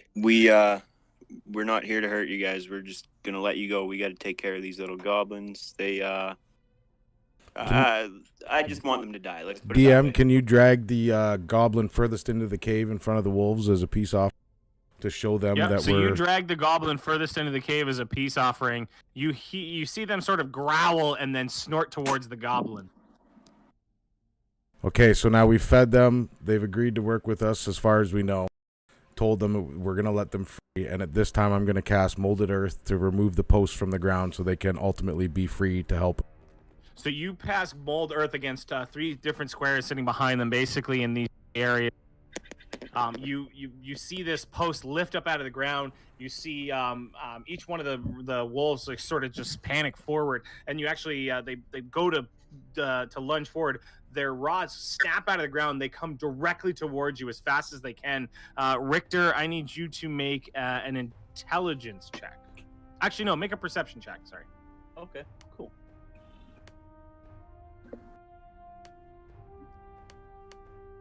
Because Richter's the only one in the mouth of this right now. I'm gonna make a perception.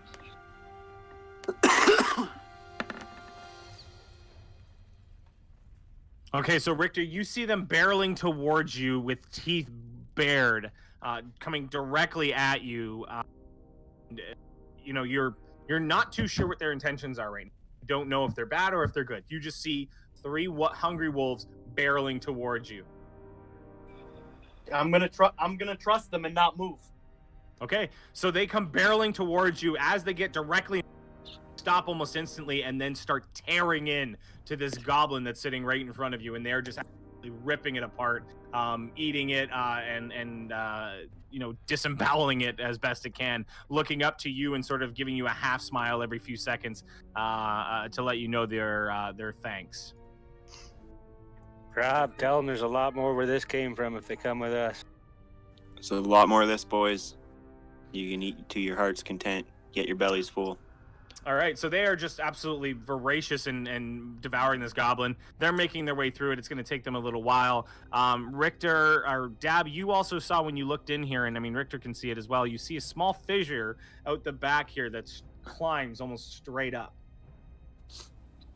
So I'm Very, gonna very narrow, too. I'm gonna move into the room and then take a look from the room inwards to see if I can see any further. So you look, you're sort of move into this room. You look towards this fissure right here. It's a very small, thin fissure, and it basically walks up in a steep fashion, up about 30 feet. You can actually see a little bit of light actually coming from this area. It's sort of a glow at the very top of that opening. Can These somebody guys are- heal me? I got hit in the face with my own arrow. I'm gonna move up and start taking the chains off as these guys talk. Of the rest of the chains off the wolves' necks. How are you going to take it off their necks? It's a banded iron band. Ooh. Can I Damn. see if I can take these things off their necks? Yeah, make a strength check by all means. You're looking for about 18 can I look for can I look for something that's not strength? Can I look for a weak spot? Can I see can I I mean, bash at the end of a the day, rock it's an off? iron band. But I'm Technique's saying, not really going Dab to allow you to. doesn't Dab know alchemy? Can't he just turn it to water or something?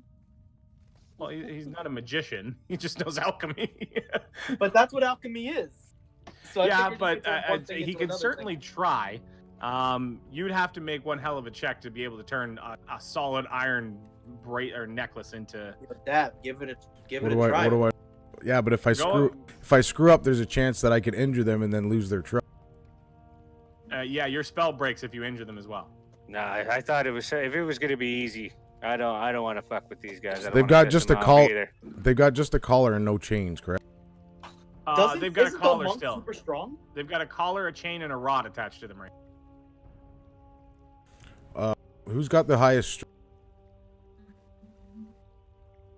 It's gotta I'm be gonna say to the away group with- that These Let's just tools leave work. them. Let's just leave them on the chains. Fuck it.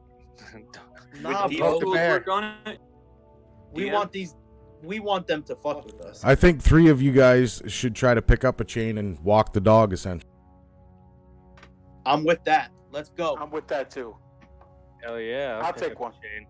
Okay. I'll do it. I'll You pick can up the talk one to I this- charmed. I'll pick up the The big one in the middle. Okay, so you go for the one in the middle. It sort of comes right to you. You grab rod, sort of like a 2-foot rod that hangs off the back of it, almost like a large nail. You see the rod as you pick up the chain. The rod actually sort of falls out on the one side. So right now you're just holding a chain. Now it's got no rod attached to the end of it. Chain's about, I'd say, about 4 feet long. And sort of you wrap it around your hand and hold it. The other 2 of you so Richter has so I'm going to actually mark this because there's a lot of people in here. Richter has the alpha. I'll grab one because I can talk to them. Rob has the other, I grab one because I'm strong enough to hold the chain. and Gideon has the other. So Gideon and Rob, you move forward and try to so Gideon, Rob, you move forward, grab the chain of the other one. You relatively grab with no issue. It sort of growls at you as you walk past the goblin, but you sort of gather that that's because of it thinks you're trying to go after the goblin after its food. But Gideon, you walk in, you try and grab one of the chains. It sort of growls at you a little more aggressively, but ultimately it eventually lets you grab the chain as well. So Dab, you're currently sitting in the middle. You've got a little bit of light here at the top of this opening that you can see, sort of a glow. It's almost like a flicker, and it's about 30 feet high and relatively steep, almost sheer. Let's convince the wolves that Gideon doesn't mean them any harm. Well, the wolves aren't snapping at him at all. They're just All right. they're just he was a little apprehensive. That was one of the ones that was not charmed, not convinced, and a completely new person who's walked up and just grabbed his chain. So Okay, so I'm looking down this fissure and I can't see because it's just going uphill or it's too small. I can see a faint light, correct? So basically, this fissure is a giant crack in the rocks, and you see almost a straight, steep, 30-foot climb up, and then you see light at the top of that incline. Okay, are we able to scale this incline? You can certainly try. Can I cast Mold Earth to give a 5-foot advantage? You can only, you can't cast Mold Earth on top of, so it'll give you a 5-foot advantage on your 30 feet. Yeah. What if he casts mold earth and makes like steps, like a small? Can we Yeah, go it's- deeper? so This is Cave almost right sheer, here? so I guess you could make, because you can't cast Mold Earth on top of Mold Earth. So to make a step, you'd just be making a 5-foot platform all the way to the. What if he made like 4 steps that as he walked up, they just kept moving up with him? It's a little tougher. Can we just move along with the stream? You know what? Now that I'm thinking about it, I'm gonna say to Dab, I bet you that's just a feeding pit. Can I look? Is there bones around there? Is there anything that would look like they've been, bodies or something Go dropped ahead and down make a there? to the perception wall? check. Yeah.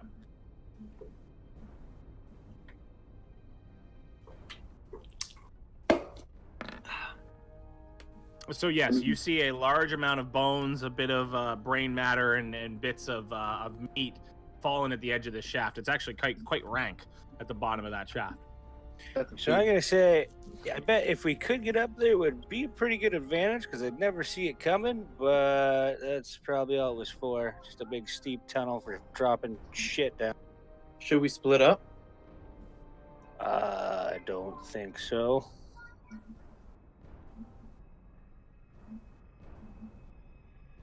I say we just keep going down the path. Let's see let's see what's the other way. All right, yeah, let's go down the stream. Yeah, let's take the dogs with us. Okay, Oh, so yeah. you guys make your way down the stream. You sort of who's in front here? Is it Richter with the lead alpha? Yeah. Yeah. All right, so Richter with the lead alpha, you make your way down this stream, just sort of all gobbledygook together. As you're walking through this, Richter, you start to see. Do you have dark vision as well, Richter? I do, yeah. But what else? So you're starting to see this massive steep passage. So the main passage from the cave mouth climbs steeply upward. So this main area right here, as you guys are walking along this embankment, the stream plunging and splashing down its west side. So on this side, it's going down towards a little bit of a waterfall, and these are steps. So right, for some reason, that's fine. So right here, you see a large waterfall. You see steps down right in front of you. Mm-hmm. So there's steps in this area. Across the river here, you notice in the shadows, the side passage leads west across the other side of the stream. Okay. In the shadows of the ceiling to the north, you can just make out a dim shape of a rickety bridge. So you actually notice far up ahead, you actually see a rickety bridge up in this area right here with a little bit of an opening. But the steep passage there is actually showing you a rope crossing over the passage ahead of you. Another passage intersects this one 20 feet above the door. So this one, there's actually another passageway sits right up here that seems level with the bridge. And then you see a steep passage that rises up about quite a few feet. I'm gonna, am I allowed to keep moving? Yeah, you're allowed to keep moving. I want to move under the bridge to get cover and keep looking around. So you want to keep going under the bridge? Yeah, I want to get cover under the bridge with the dog, and I want to see some more. Okay, so you move forward. I'm gonna stay relatively close, not too far behind him as he's moving up. Yeah, me too.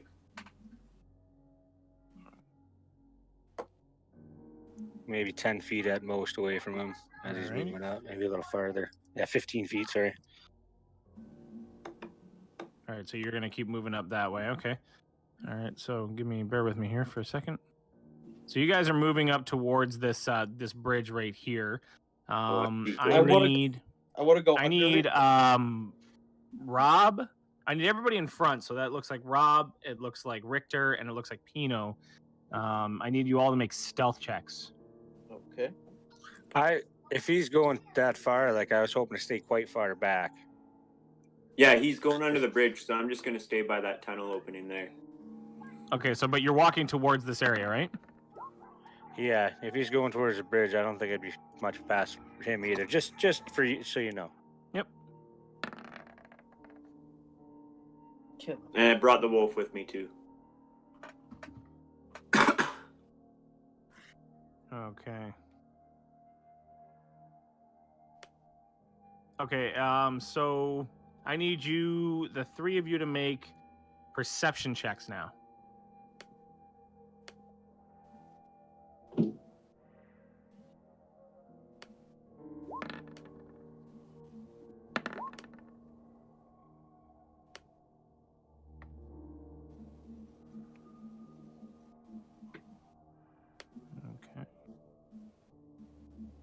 Thanks, Toki.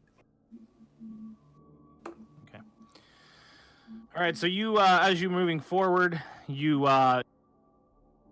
big happens. You just sort of, you're moving towards this bridge. You make your way towards a bit of an opening in that area. And so I go ahead and move your characters up as you see fit. I can't bring the dog with me. You gotta move. Oh, yeah, sorry. My apologies. Okay. All right, so I'm gonna make let him this drink guy... from the water. Yeah, I'm gonna actually let him be Oh, I can't do that. Okay. It's been so a while he moves since up. he got close to that water. He's just been looking at it for months. He moves up with you. He takes a quick drink and then he moves. So you see the stream passage actually continues on up past this area. You actually see a little bit of a curve and some stairs. You see the steeper passage on this side actually moves towards almost like a tunnel. The passage over across the way that Rob's currently sitting in is just a steep, 40 to 50 foot incline of rubble that's looks pretty treacherous. So we're still looking for the people that we're assumed were kidnapped from the wagon in the last encounter, correct? That's yes, you would assume. I'm gonna think that they would where have we a saw the hard. bodies get dragged to. Yeah, I'm gonna think that they would have a hard time dragging bodies through any steep paths or anything. I would take. Let's take these steps right here. Yeah, I would take the more accessible move up. path. I'm gonna say that to the rest of the group and ask for what they think. I I agree. think we should split up. I think 2 of you guys should go through that little rubble hallway, and the 3 of us will come up these steps and flank them.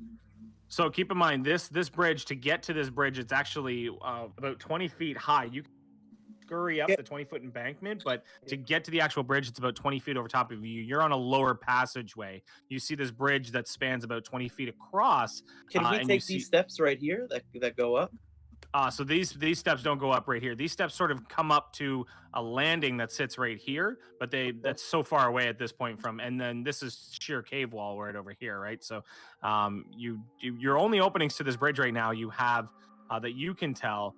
There is a small opening right here that the bridge leads to, and then from is on the other side. And again, it's just standard pathways that. Lead here, but you guys are about 20 feet underneath it. Can they go How far up is the bridge from that I'm under? How far up is it? Yeah, About 20 feet in the air. about 20 feet in the air. Yeah, so it's about 20 feet above the stream. I can't get the dogs up there. I say, if we don't want to lose these dogs, let's just keep going down the path, keep taking it easy, go slow, see what we see. I want to take whatever path we could get the dogs up. Okay, so you guys continue along this path. So I gotta move all your characters up. Yep, perfect. Thank you. So we just move your characters up to that area, if you will. I'm gonna let Richter continue to lead with the big wolf for sure. Okay. And we could see in the dark, probably right here. Yeah. So you guys look forward. Okay. So Richter, before you move that far forward, and before, My bad. I need all of you to make stealth checks.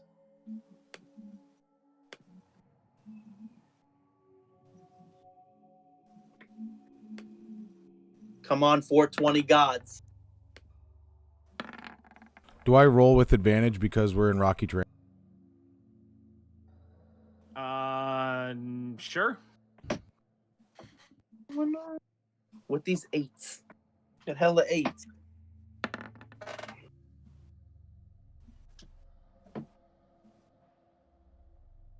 Okay, so so all of a sudden you just hear a massive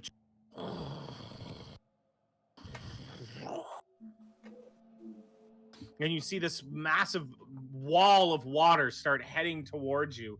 I need everybody in this area, because all of you are sitting down. Oh, I got to move the wolf there with you as well. I need all of you to make a dexterity saving throw. Whoops, I didn't mean to click that.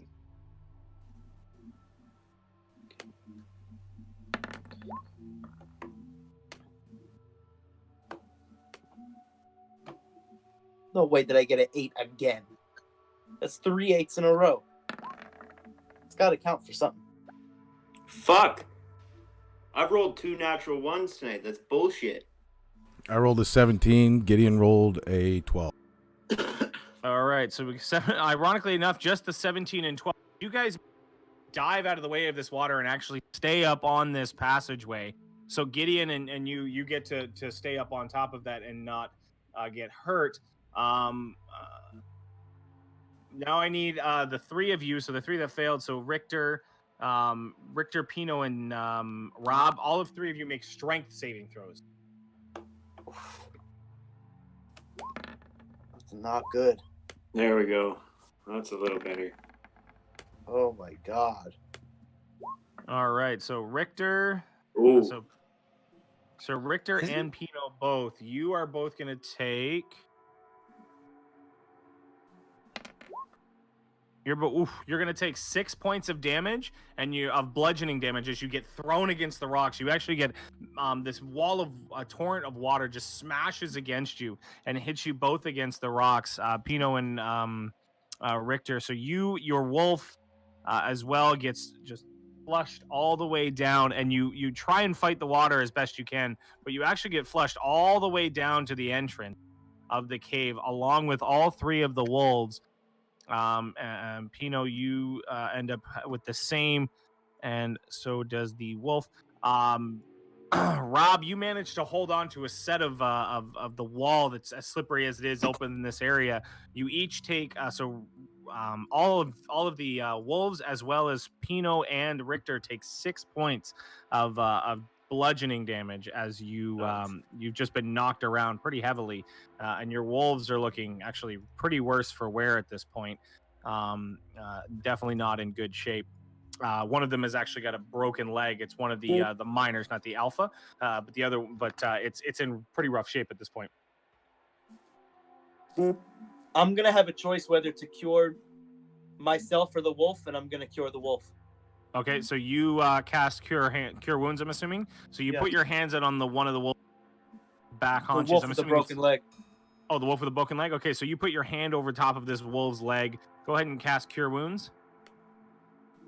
DM, I'm just being honest. Did I take any damage from that? No, you didn't. So you managed to hold on. So you slipped and you fell. You didn't hurt yourself, but you managed to. Oh wow! So 3 points of. You slipped and you definitely fell down, and you managed to grab onto a rock and keep together. Okay, cool.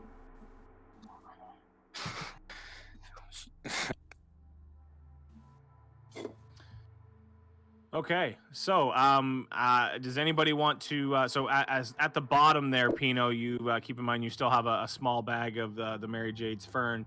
I'm sitting in your thing, and you do have an idea that it does relatively well with pain management, which you and Richter are definitely feeling at the moment.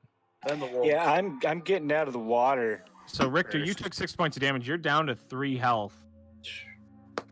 And I'm contemplating whether or not I'm going back in this cave at this moment. These wolves are pretty fucked up.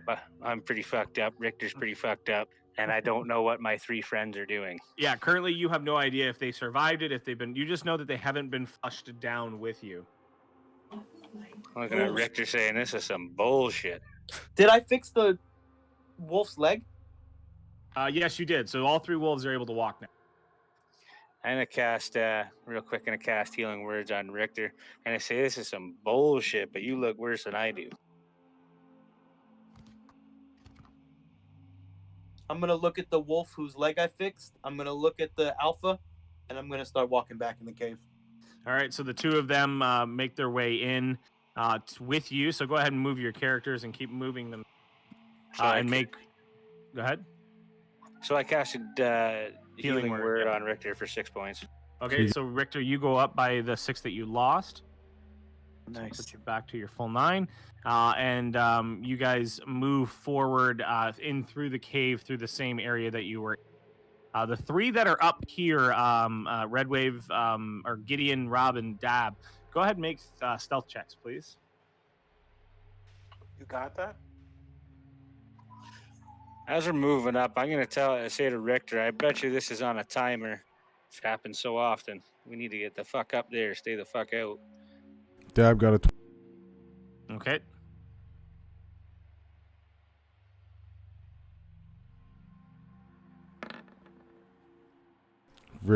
Gideon got a 20. Yes. Good roll. Rob got. Okay, so all 3 of Good you job, managed. boys. I need Dab. Go ahead and make a perception check. Perception. Yep.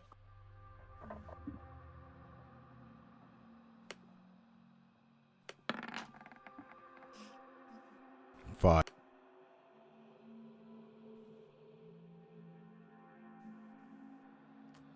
Okay, so you rolled a 5. So you hear mumbles coming directly in front of you, but you can't make out at all what they say, and they seem kind of distant. Okay, so I can't see any further up there with my superior dark vision. So you look up. You look up towards that particular area, and you're actually able to make out quite a few goblins that are currently standing at the ready. But you guys managed to hit your stealth checks fairly well. However, you notice that there's one that runs in from the left. So there's two goblins that you can probably see right now that are standing here and here that are just sort of talking back and forth. You can see they've grabbed some rocks, and you see this first pool here of water that's sitting right around this area. You see this first pool is completely drained, and you can see the rocks that were used to be sitting right here are actually gone. Okay, since we've all made stealth checks, are we able to make our way back outside the cave to inform those that got washed out what happened and why the water? So before you do this, you see these other two goblins sort of talking and conversing with each other. You see a third goblin actually make his way in to the area, and he comes rushing in, and he starts speaking, and you recognize this speak as goblin speak, and he is actually turning around and going, there's intruders in the cave, go get Clog.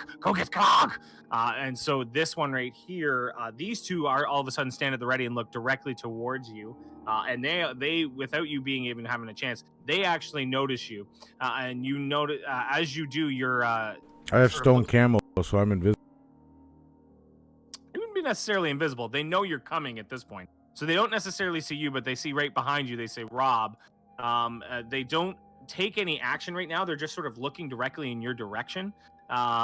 You don't gather that they've actually seen movement of you yet, but they know you're there. They know you're coming around the corner because you just heard this goblin say as such. As he turns around and says, go to get Clark, you see this goblin in the back here actually disappear into this area. You see a small set of steps over here that he disappears into. You see these three currently at the ready, but with your stealth checks, they don't necessarily know you're there yet, but they do know you're coming. So being able to surprise them would be impossible. Okay, with all three of them being together, I'm thinking it would be a great opportunity for create bonfire.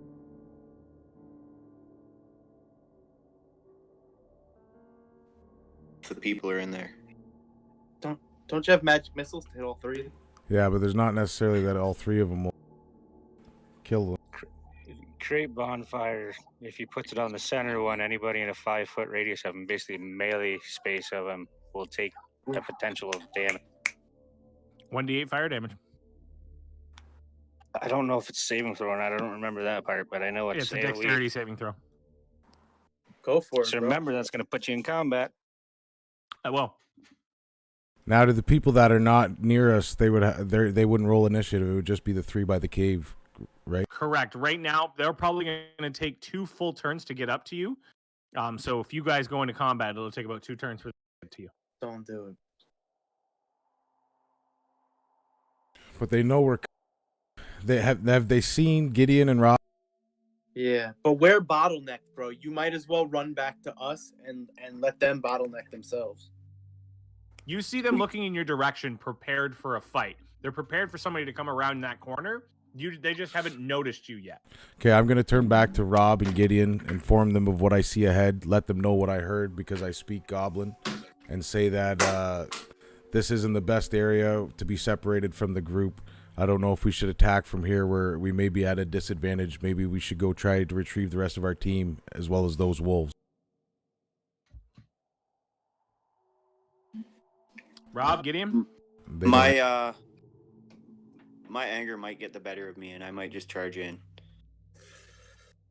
I'm not happy with these little pricks.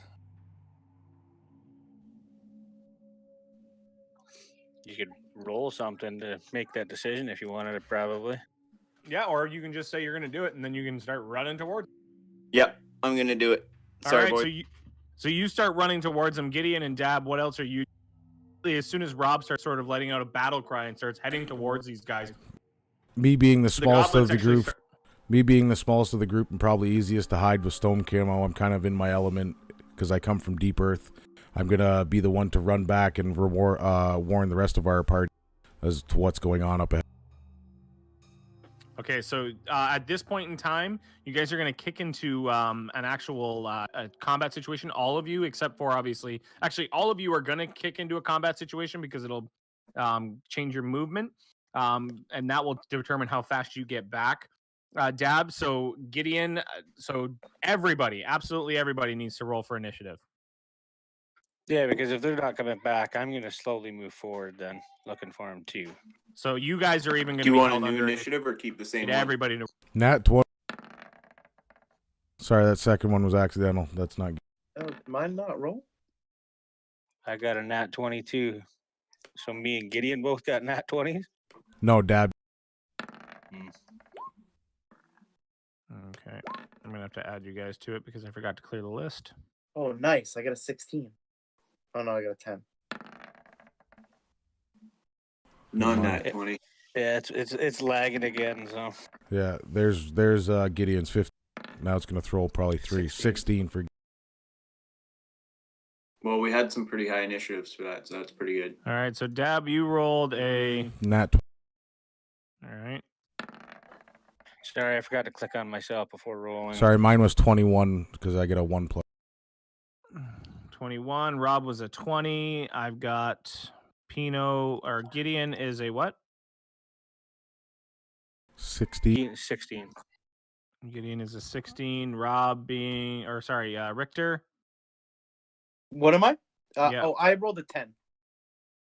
Okay. Pino had a 22, nat 20. 10. And Richter or Pino is a nat 20. Your wolves, any wolves that are coming up with you are all going to go at the same time, and they're going to go your turn, Richter, because you're sort of leading them up right now. Unless I don't think Pino's got the strength to carry a chain, does he? My strength is 12. Okay, so you can carry one of the chains if you want, and then the wolf. Definitely, I'll take one of the chains. Okay, so and then so 2 of them are going to go with you,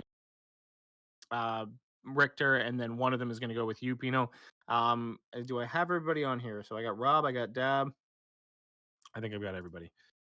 So I've got, oh yeah, it's pretty good turn order at the beginning. Yeah, All right, can you guys hear the battle music? Okay. I cannot. I don't hear very loud battle music.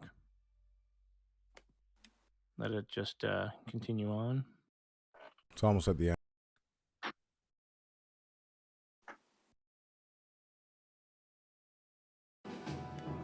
There we go. There it goes.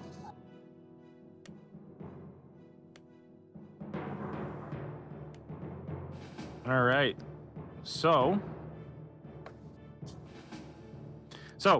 you guys are kicking in. So Pino, you are up first. You can move a total of 30 feet. So you can probably get up there in 1 turn.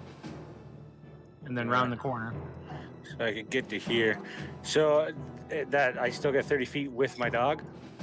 With your dog, you're probably going to knock to, I'm going to say, probably 20 feet. Rob Alright, ran so in I there. ran- Did he make an attack? Oh yeah. Rob kicked off initiative, and these guys were prepared for him. So that's why everybody rolled. Okay. All right, so yeah, I'm gonna 5, 10, 15, 20 feet there with the dog.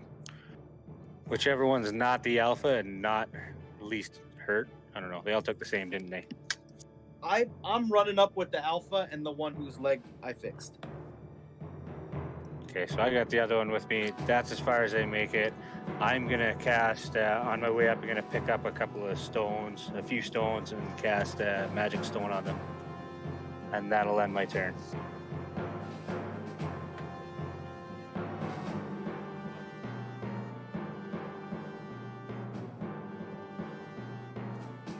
Jared get booted? Oh, he's muted.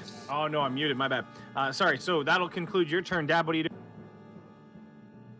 I got So at this point, I guess I don't have to run back to inform Pino because he's already up. Well, he's starting his way up here. He still hasn't rounded that corner. He still has no idea what's. Is my stealth still active? It better be. So I have 25 feet of move. Shit. Your stealth, Gideon? No. I mean, basically, when Rob ran there, he let go the vision of everybody over there because they immediately looked in your direction. You were sitting right beside Rob. Gotcha. Dab, you can make a dash, but they still know. They know you're there now. Yeah, but if I move to where I am right now, that's 25 feet. Can I now inform they can't both get you. Pino and Rob or Richter what's going on? Yeah. So you see, Richter and Pino, you see this tiny little gnome, tiny little legs, just running his little ass off as hard as he can in towards you. He turns to you and basically lets you know of what's going on up ahead, and the fact that Rob has basically come in alone at this point towards this goblin den, screaming hellfire at them. Fuck those motherfuckers. And now I can't cast through a wall, correct? You cannot cast through a wall.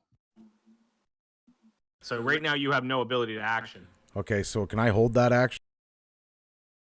Really, holding your action is more reactive. So you would have to. You can only hold your action. You can't move again and then. You know what I mean? So you'd basically, if you were holding your action, it would have to be something that comes to you.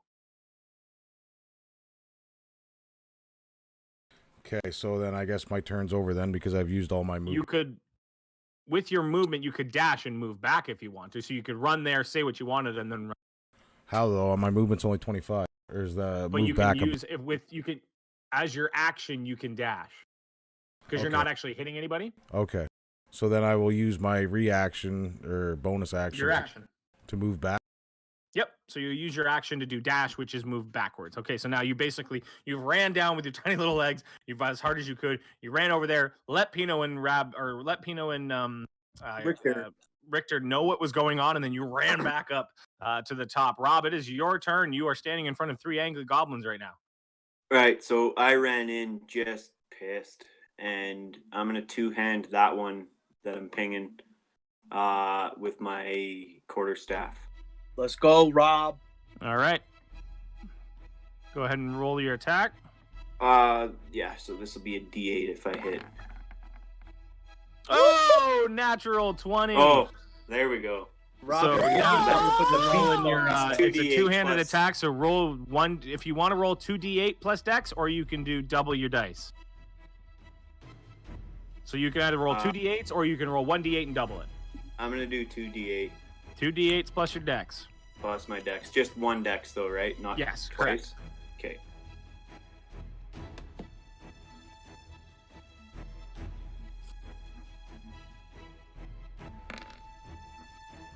So you pull back and you basically do a two-fisted punch from a left-right. You hit the first one, hits the goblin directly in the jaw. You just go. You wanted to hit this one, right in front of you. With a The staff. one right in front of me, yeah. Yeah. You hit it with your first fist. The second one, as you follow up, goes directly into the bridge of his nose. It crushes the bridge of his nose, crushes the mandibles and all of the bone structure in front, and your fist actually falls directly within the head. Not going all the way in, but seating a long ways into this goblin's face, and you completely obliterate it. It is dead as a doornail in front of you. You basically managed to two-punch murder a goblin directly in front of you. Do you want to move anywhere? And then I'm gonna use my bonus action and fucking left front kick the one right diagonally. Okay, roll for attack. So that one is the one I'm attacking now. Kick his ass, Rob. I told you I was fucking pissed. Oh, get him. Hey, there we go. Wow. Let's go. You So that's pissed not a off nat, the so you can furlong. still roll for your damage. That'll be 1d8 plus 3. No, it's because I got to do an unarmed attack. It's not my quarterstaff. It's, Oh, okay. It's an unarmed attack. Bad day to be a goblin, cuz. Wow, so it's still plus 3. So you basically two-punch this one right in front of you. As you pull back with your fist, you actually bring your second foot out, or your right foot out, and you actually high kick this one. You kick it square in the temple. It sort of falls to the ground, actually dazed, as it gets 4 points of damage. Just, and you ran up and actually done a fair amount of damage just with your fists alone. Currently, these goblins are absolutely voracious and still coming after you, but they're quite impressed. Sort of, you gather. I lean down and whisper in his ear, "Fuck with me." All right, Gideon, your turn. Absolutely. Okay. So now that one's prone at disadvantage, correct? It's not knocked prone, it just sort of dazed him. Knocked him And on his Gideon. knee, and then he stood back up. Okay. Is there space there? Is that a rock in front of him? One of them? There's a tiny rock. There's about a boulder right here. It's about the size of. So it's in your way, but I wouldn't cause it any harm. Not going to cause any harm, depending on what you want to do. Okay, I'm gonna move up to the space with the boulder in it. Okay. Actually, I'm not gonna move to the space. Oh, yeah, I got to. I think I have the range the way it is. Okay, I'm gonna move into the space with the boulder in it, Mm-hmm. and I'm going to stab with my trident at the goblin that's there in front of me. Directly in front of you, the one that just got Yeah. rocked by Rob. Yeah. Rocked by Rob Rockley. Rocked by Rob Rockley. So that's two-handed or one-handed? You got a Rob Rockley. The bard needs to write rocking me a song. I'm Yeah. gonna hit two-handed with the with the trident. yeah.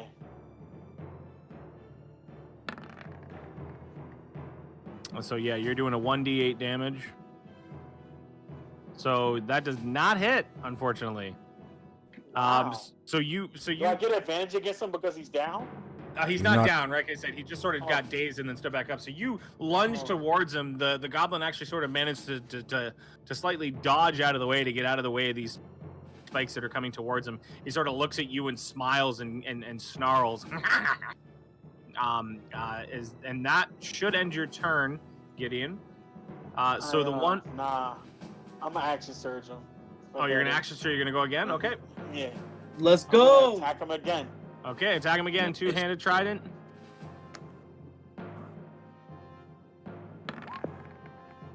Oh, there you go. Hey. That does hit. So you stab in once, it manages to dodge out of the way. You pull back, you stab in again. You actually get it right through the side of its body, and one of your two of your tines actually make purchase directly inside of his midsection. Go ahead and roll for damage, which would be 1d8, I believe. Plus 1. Yes, 1d8 plus your strength. I only got a 1 to strength. I thought it was Or one. So no, it's sorry, not- 1d8. Go. Yeah. Nice. So that's a 9. Yes. Okay, so you pull back and you actually sail your two of your tines directly. Oh no, through sorry, my bad. We were doing trident. Yeah. That's a 1d8 plus 3. Yeah, I thought his strength was a lot higher. Yeah, so that's when attacking 11. a target beyond the range, you have 11 damage. Plus So the that's 4 11 from again. Rob. So that's an 11. Yeah, because it's plus the strength. So you pull back and you thrust it in. As you thrust it in, you actually pull up. You manage to actually separate this goblin in half with your tines. So your tines pull through. They actually go directly through the actual goblin. You pull up, and it actually it pulls the goblin apart, but doesn't actually pull it in half completely. It's almost like a book. It opens like a Pac-Man, just folding down in front of you, while its midsection just sort of bleeds out. And that will conclude his life. And that will. I want to stand over him and I'm like, is it still funny? Fuck. So the third goblin, having absolutely no and no fear, will go actually after you with its scimitar. It is going to attack.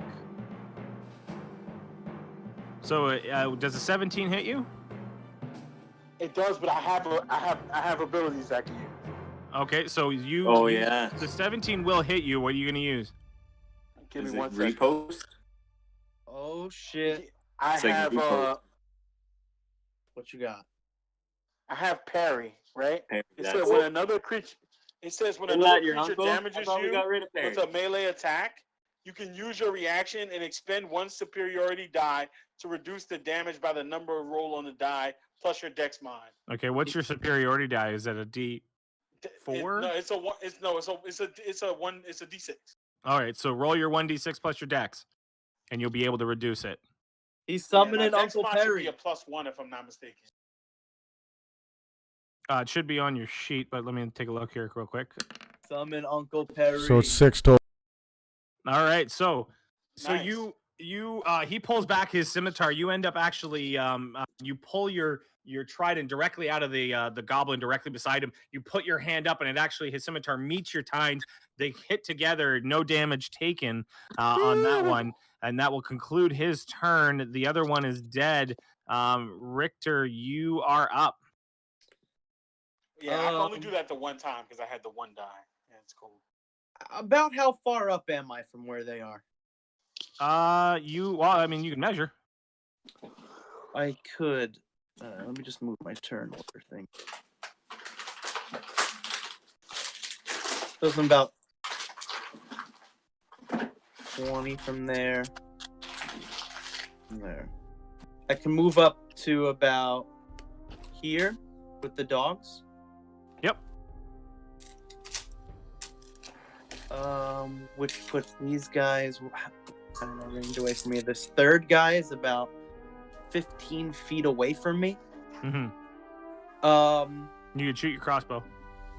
I'm gonna shoot my crossbow at him. Okay, so you're going to be doing this behind. So they're sort of behind cover because he's ready. Like because of these cave walls and the way they're shaped, you've got two relatively large individuals right in front. You have to shoot with disadvantage. Okay, so I might not do that. That might not be. I might.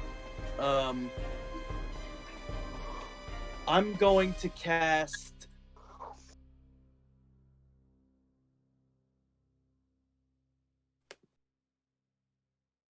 Vicious Mockery on him. Vicious Mockery. Oh, so you're just going to make him try and feel bad about his life. Okay. Yeah, absolutely. Okay. I'm going to say,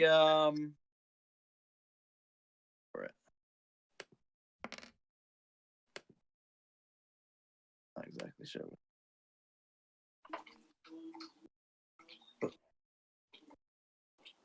So I rolled a 1 with a. What did I roll? A D. Well, so first he gets a chance at a wisdom saving throw. Which is probably not going to be great, but he does get a wisdom saving throw. Okay. So he rolls an 8, which does not clear. So he will take 1d4 psychic damage. Nice. So he takes 1 point of psychic damage as you start slinging insults at him. You see him sort of shaking his head and sort of angrily hitting himself in the head as you do so. He looks up in a daze. He takes 1 point of psychic damage and actually has disadvantage on his next attack roll before he makes his next turn. That will conclude your turn, Richter. It is. I don't have a bonus action. Oh, you do have a bonus action. What are you gonna do with it? And I have 2 dogs that go on my turn. No. Oh yeah, you do have 2 dogs that actually go on your turn. Now they're not within melee range, so. Oh, okay, that's true. And they also can't like charge this guy. They don't have any like moves that can do anything from a distance at all. Correct. Right? Yeah. All right. So who goes after me? That would be a dead goblin and then Pino. But you don't know that. Okay, my bad.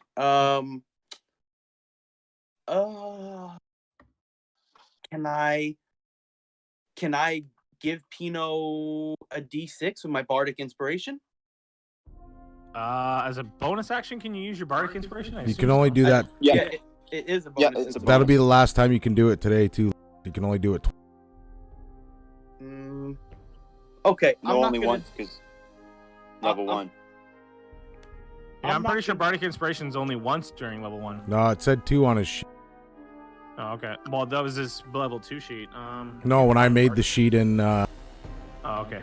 Roll. After I hit this guy with Vicious Mockery, I'm gonna look him dead in the face, pull out my drum, and start playing Who Let the Dogs Out and drop the chains.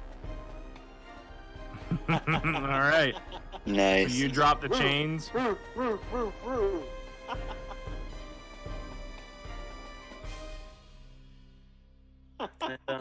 I guess the dogs will pass because they can't move. They moved with me, right? Yeah, so they can't. They're basically held where you are, but the next time you let them, the next time your turn is up, they will be going voraciously towards. Do they these have goblins. more movement than I do? Very little. I mean, I think you moved up quite a bit, and I think their movement is only 30 feet. That's 40 feet. Okay, so they can probably get to about here. They can actually get to close to the front of them, but they'd have to sort of go around. They're having a hard time because they have to. It's not exactly nimble to get into this area.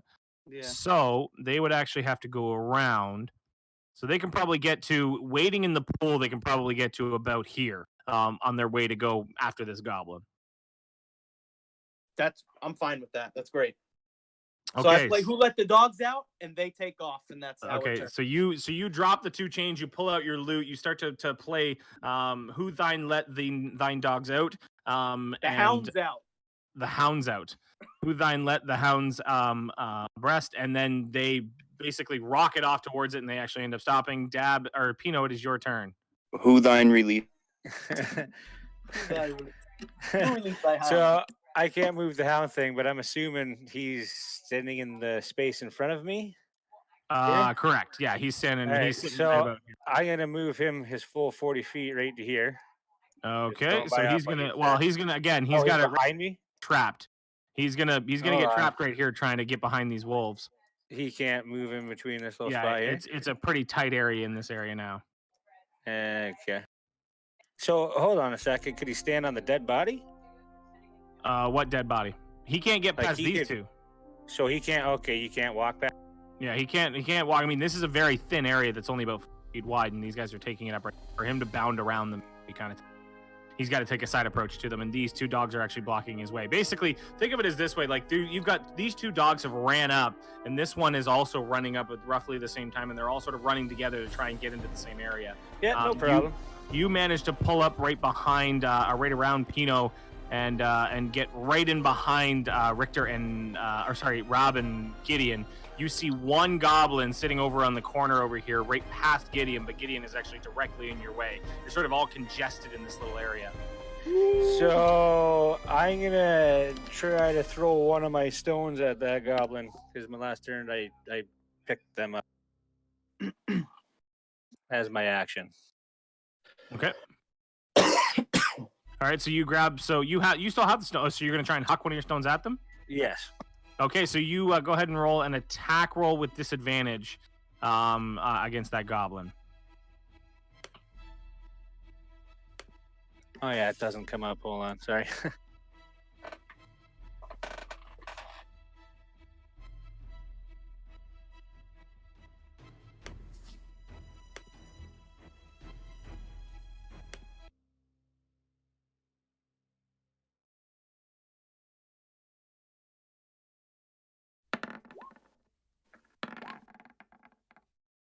So a 9. So a 9. So you let your stones fly. They basically sail right past Gideon's head, but they don't manage to actually hit the goblin in any way. But you see him sort of look as it goes past. That will conclude your turn. Your wolf now is about as far as he can possibly get with the movement that he took. And he can't really attack, so he's going to sort of pull back and wait. Dab, it is your turn.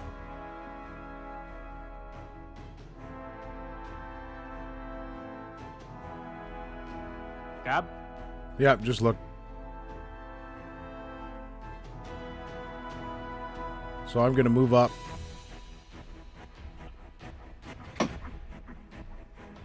So you're tiny. You can basically run underneath everything. Yeah, that's.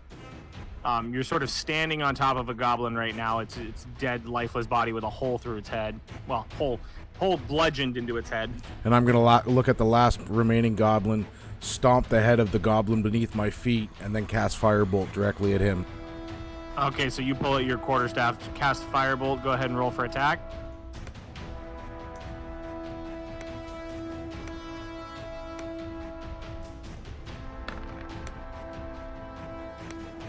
So you manage to hit him quite handily. You pull out this firebolt, you let it off towards him. It goes sailing towards and actually hits him just underneath the arm, right in the side. And you see this blackened hole start to form in his body as the firebolt starts to singe inside him. Go ahead and roll for attack. Oh, Yo! Nice. Yeah. So you basically Let's go. you see this fire start to grow and grow and grow, and you hear this goblin just as it starts to burn up his body. It actually engulfs almost the entire side of his body until he falls to the floor lifeless. And I'm going to look at the rest of the party and say, cooking goblins is what I do. At which point I need all of you to make a perception check.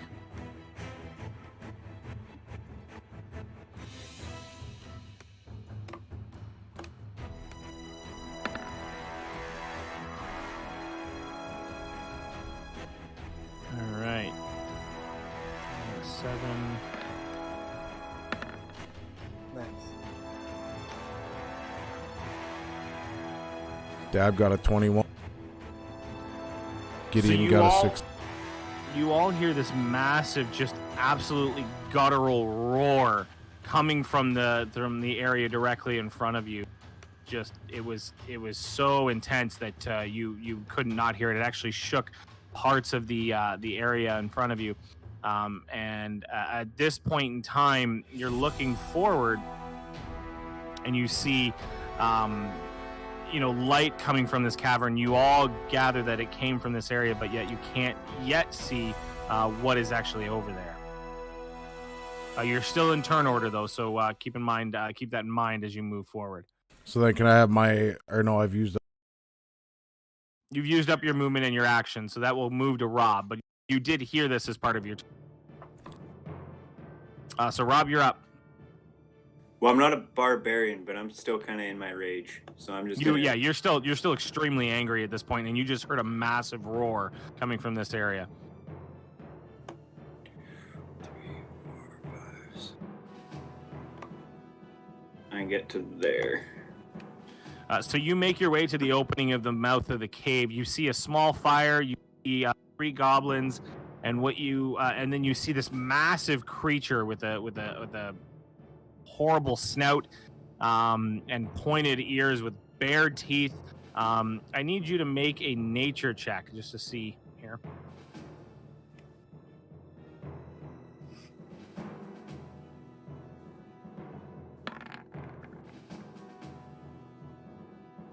So you recognize this as a bugbear. These are absolutely voracious creatures.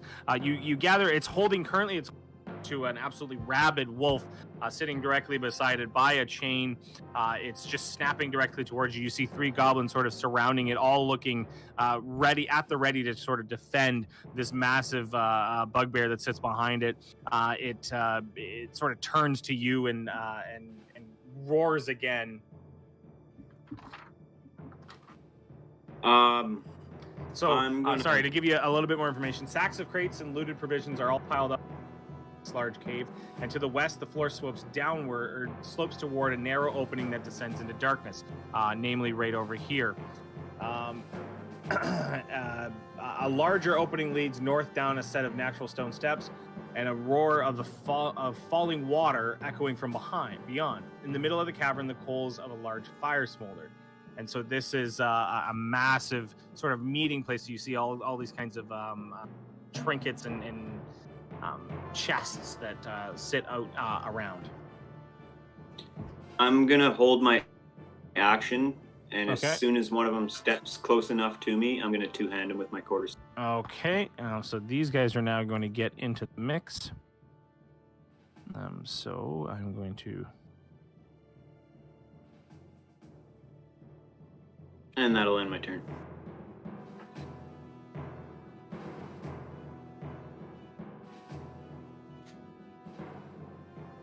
Okay, we're going to finish this round. So that'll end your turn. You're holding action, so I'm going to put a little flag on you to say you're action. Gideon. DM. Yeah. You're not supposed to be able to hold an action past a round. It all depends. These guys are probably going to get to go before he gets to go again. Okay. Yeah, I mean, whatever works. Yep. Okay, you say it's my turn? Yep. Okay.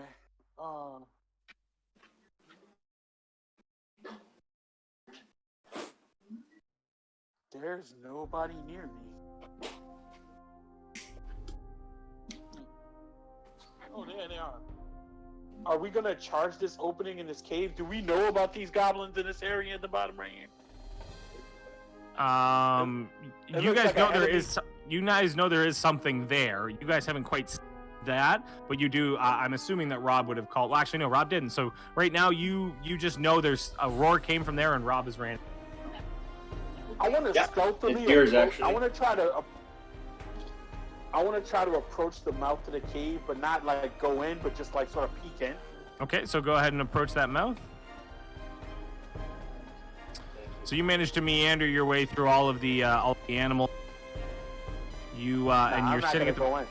Yeah, you're not gonna actually. You don't actually walk in. You have Rob sitting directly in front of you. You do see everything that is inside. Okay. Yeah, it's assorted creatures and goblins and shit in there. So you you turn back to your group and actually yell this out. Are you doing anything for an action? I don't want to. I don't know if we want to attack them one at a time. Is that what we're doing? Should I do something to these guys? Well, they're pretty bunched I together. gotta say, don't go Yeah, in go there. ahead. We took those other ones out pretty quick. We can take these guys out quick too. But I think we should force them to come through the door to us. I agree. Okay. So I'm going to throw a hand axe at the goblin that's directly in front of me. Okay, so you pull out your hand axe. Go ahead and throw a ranged attack. How do I do that? I think you just picked the hand axe weapon. Yeah, as you a should be weapon. able to pick the hand axe weapon. Oh, it's not in. Oh no! Okay, I was supposed to have. I was supposed just to have make a a- bow and arrows. No worry. I'll use my bow. I forgot though. I use my bow. That's fine. But I was supposed to have hand axes too. We talked about that before we started. That's right. You did say Go fix hand. that. So No, go it's ahead and fine, make though. a bow and arrow attack check. Yeah.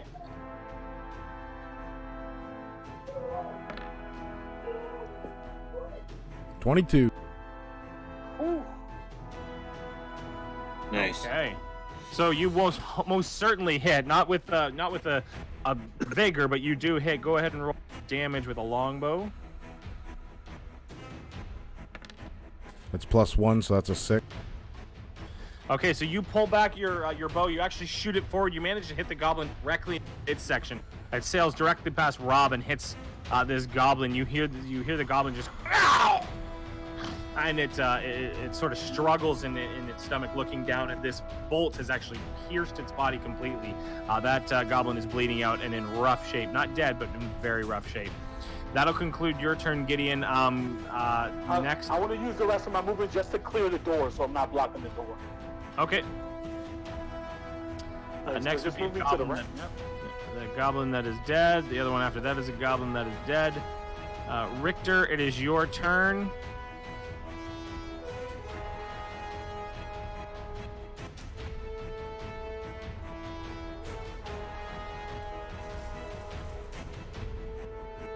Richter? Oh, you're muted. Sorry, I was muted. My bad. I'm gonna move 25 feet to right here, Okay.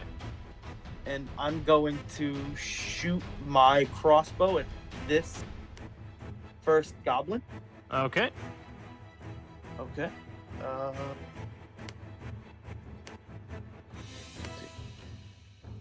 Do I hit the crossbow or do I roll to see if it hits first? Roll to see if the crossbow hits. You can just click the crossbow and it'll do both for you, I thought. Or no, we took damage rolls out, so just click the crossbow. Okay. Boom.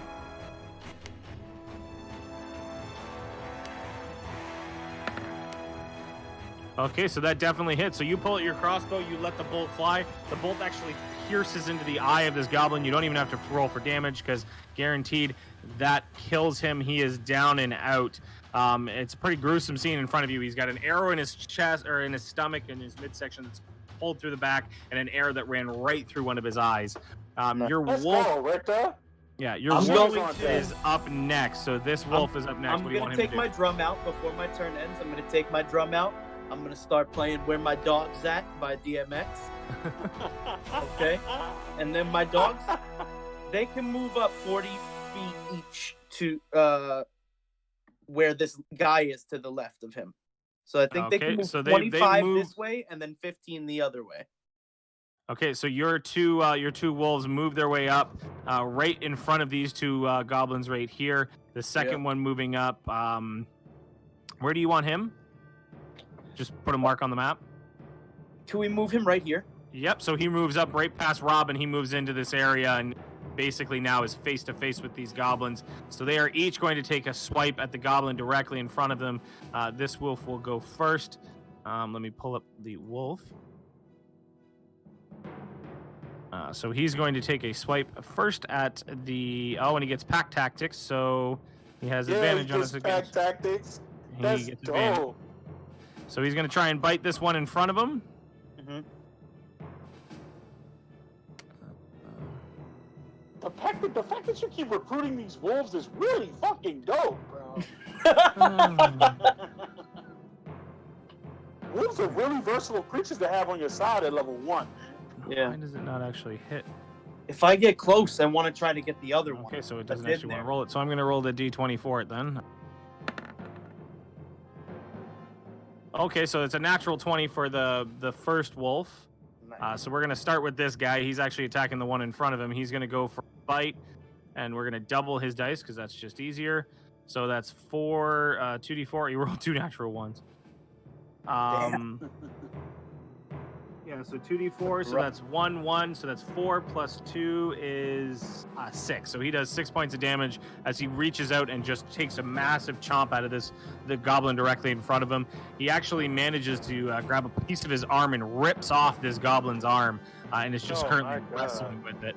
The other one in front, this goblin right here, he's actually going to go for his bite. So that is a 15, which does succeed. So he's going to go for his bite as well. And he does 8 piercing damage. Oh my goodness. Nice. One roll. So he actually jumps up, he rears back, actually bites into the neck of this goblin and actually takes it down. He's basically ripping the throat out of this goblin. This goblin goes down with blood just splurting out of its neck. You currently have killed off about 3 of these goblins in very quick order. Okay, and that's the end of my turn. Alrighty, so next will be, who's gonna go next? It'll be Mr. Dead Goblin, and then it'll be Pino. You're up next. So That goblin. I'm gonna move up. I'm really that wolf right now. I'm gonna move up behind Gideon.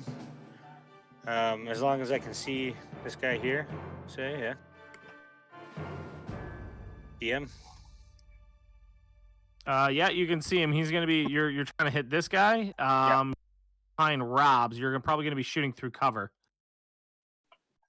Okay, so if I moved here, would that be not through cover? Because nothing If you moved in right behind, that would be not through cover because you've got a downed goblin now in front. Perfect. So I'm gonna move there and cast Firebolt at that goblin. At this goblin right here. Yep, go ahead. That will hit. Go ahead and roll for damage. We are fucking them up. Oh my god. 8. So this you let go your Oh, lost your. so there. You're back now. You thrust this forward. It basically hits the goblin directly in the neck, lights its neck aflame. You see it burn out as it falls as well to its death. Is that the rest of your turn? That's it for my turn. Yes. Okay, Dab, you are up. These guys roll I get my relatively. wolf's turn too, right? Oh, sorry. Yeah, you do get your wolf's turn. So your wolf is going to have a hard time now because there's 2 people I just in want this him to table. move to here. I'm just gonna get him to follow us up. Okay, so he follows you directly up. It is your turn, Dab. Man, these guys didn't even have a chance when you walked in. I'm gonna move there and stand on that goblin, and I'm gonna look at that goblin king and say, "Do you want to talk or do you want to die?" At the Goblin King, he's going to turn to you. He's going to back to you and go, "Clog will build a throne from your bones, puny human." So then I'm gonna cast magic missiles, all 3 directly at him. Okay. Fucking Clug.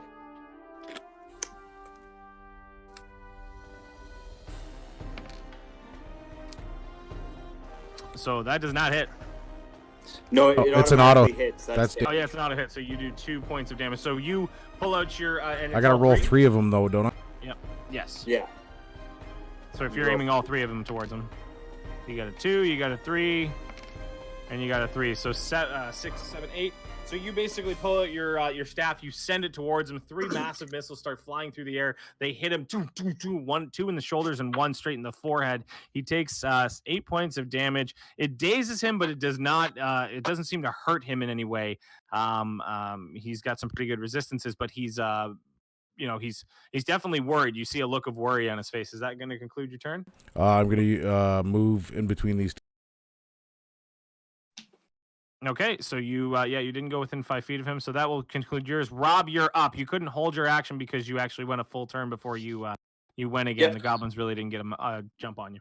Yeah, no worries. I'm just gonna charge at the big fucking guy. All right, so you're going to charge at the bugbear. By all means, go ahead. Yep. And So I'm you gonna come two-hand directly. him You're going to 2-hand strike him. Okay, go ahead and roll for attack. with the quarterstaff.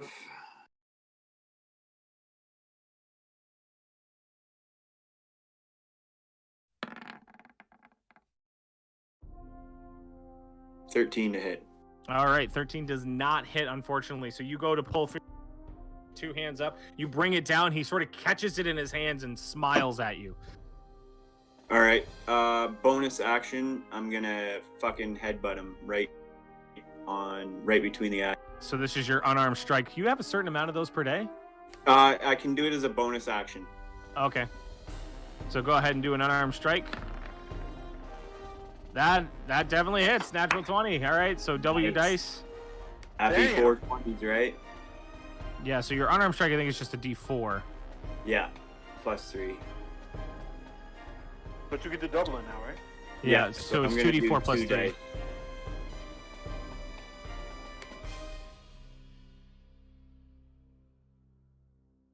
Come on, roll it. It's Gonna just roll it 4 waiting. times. Give it a sec. There it goes.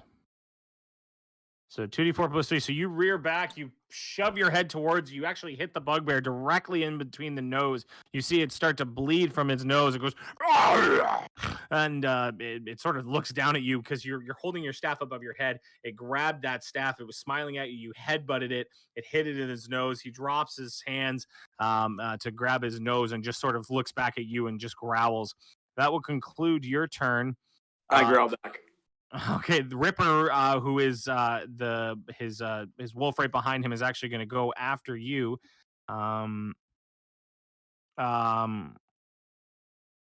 he's going to get advantage because he has pack tactics as well. Even though his pack's working for us. No, because it's not his pack. It's basically any ally of his is speed of the of him. I don't know why these aren't playing on loop. It's really starting to annoy me. This battle music should be playing, but it's not for some reason. I have to figure this out. So now it is going to go and attack on you, but for some reason that's 20 is not working, so it's going to roll a D, 2 D20s, see what it gets. So 16, does a 16 hit you? Just hits. All right, so you are going to get hit by a bite attack. And you take 10 points of piercing damage as this. Oh, you're down. So I'm down, boys. Ripper pulls back and lunges towards you and actually rips into your throat. Right now, everybody sees as Rob actually goes down and Ripper is currently on top of him, tearing into him at the moment. He is currently knocked unconscious and slowly dying as he gets ripped to shreds. Goblin number 2, who's out and for the count, is up. Now Clark is up. Clark is actually, now that he doesn't have anybody to worry about, he is actually going to head.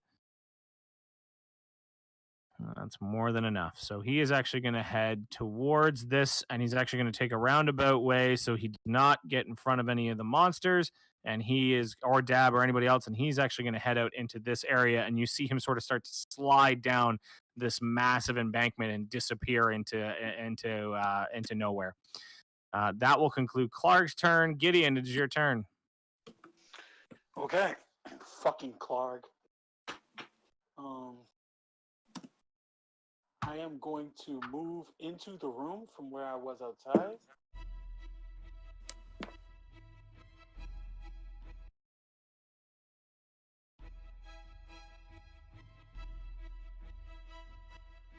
I'm sorry, I was just watching the path of Clark escaping. I'm gonna move into the room and take aim at the bugbear. Clark was the bugbear. Oh, I thought Clark was a goblin, so he was a bugbear. Wow, he's Yeah. ugly as fuck. Too, right? All right. Yeah, So what's Clark left? Just the wolf? There's just a wolf there. Okay, so I'm gonna shoot at the wolf. All right, so you rear back and you Oh, chase this guy. It's stapled into the ground, ain't it? what? The dog? Is the dog out or is it? No, that dog's free. Oh shit. Okay, yeah. Yeah, let's Rip But do is if that. I can, do I have enough movement to get a shot on Clark? I thought Clark escaped. Clark escaped. Yes, Clark is down Yeah. a shaft and out for count unless you want to try and follow him. Why not? Shit, hell yeah, I'll follow him. I ain't think All I right, had so enough what's your movement? Where are you, Gideon? So you basically would just have to run across things. So you're Isn't right he over- here. Yeah, you can get to the cave entrance at the very least. Yeah.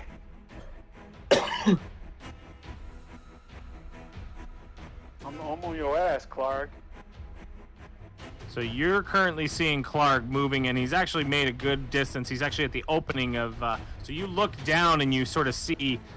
You can see shadows in this area. You don't actually see Clark yet. You can certainly try and slide down that steep embankment. It's about 30 feet down. Why not? All right, so go ahead and make a dexterity check. Gotcha.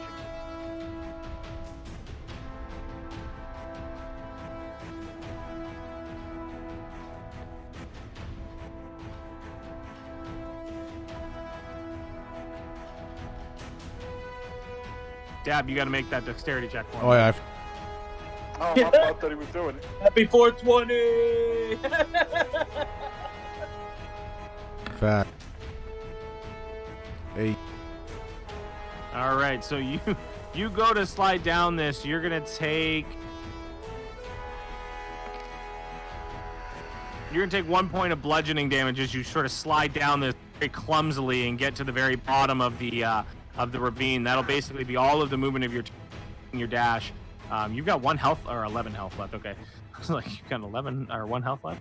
So you sort of slide down. You take 1 part of bludgeoning damage. You see Clark currently at the opening of this cave. You've used all of your action to try and get down to him, and he has managed to get a fair ways away from you. He's actually now at the opening in the mouth of this cave, and he's making his way up this way. Is what you see. So that will conclude your turn. Goblins are up, and they are all but dead. Dead. Richter, it is your turn, my friend. Okay, buddy. I'm going to I'm gonna run up on my man Ripper. So you're gonna run up to Ripper? I'm gonna run up on Ripper and try to charm him with. You're gonna try and charm Ripper. Yes, sir. Ripper's in current combat with you, so I don't even know if you can do that. Why not? And I think animal friendship requires constitution. Buddy's laying on the floor bleeding out here. The duration 24 hours. You've got a healing spell. Choose a beast so you can do this range. It must see and hear you if the beast's intelligence for higher the spell fails. Otherwise, the beast must succeed in wisdom saving. If you die in this game, it's gone forever. You can't reuse that character. Really? Yeah. There's ways to revive them, but we do not have them. No, not yet. Harms the target. The spell. Is that a real thing? So it's not concentration. It's a D&D is wisdom whatever you save. want it It's to be. not Like, concentration. He could cast it again technically, yeah. And he's although how many first level spells do you get? 2? I've used 2 only. I used 1 to charm these guys, that I used Vicious Mockery. So then you have no more spell slots. You can't charm. You can't cast animal friendship. Oh my guy's not. I'm used to playing with the level 2 where I had the Yep. third. Yeah, you don't. You only have the 2 spell slots. So right now, if you ran up to Ripper, he would want to rip you. All right, well I'm going to damn. I'm gonna have to put him down, I guess. Can my dogs talk to him? Your dogs probably not. They're Like currently when I play as them, can I talk to him? they're currently engaged in combat, and you can't really tell your dog. You can't talk to your dogs. You're just friendship and friends with them right now. So I mean, when I like roll for them. Oh well, you're rolling for them. I'm rolling for your dogs. You Okay. just tell me what you want them to do. Technically, they have a mind of their own right now. You're not Yeah, in they're control. just of them. they're just your happy with friend. you. They're allies of you. Okay, I'm going to So I can't even cure him if I wanted to. You don't even have a cantrip that can do cure? Nobody does. Can you stabilize in combat? Yes, you can. He Yeah, can 'cause I take don't- his action to stabilize somebody. 'Cause I don't know. Is there a healing cantrip? Yeah, there's healing word. Nah, but you can use. No, that's a level We don't one. have any. What is We don't have any stabilizing? potions. You can use a potion to stabilize somebody, bring them up to 1 HP. Yeah, you could also use that. Yep. Doesn't potion heal him like a healing spell? And stabilize brings you to 1 Now, HP? I didn't see any potions in any of We your. don't know. We Yeah. don't. Yeah, have we any. don't have any anyway. Yeah. You're right. Anyway, I'm just gonna look at him and say, "Kill this fucking wolf. I got him. I got him." You're gonna get it? Okay, cool. So I'm gonna shoot at the wolf with my crossbow. Are you gonna move into the area a little bit more? Yeah, sure. I'm going to move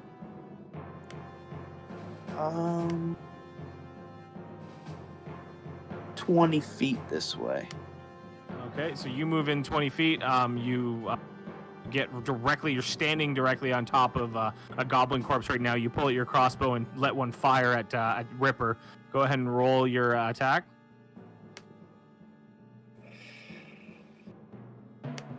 Hate it's got to be you, Ripper. Rather have you on our side.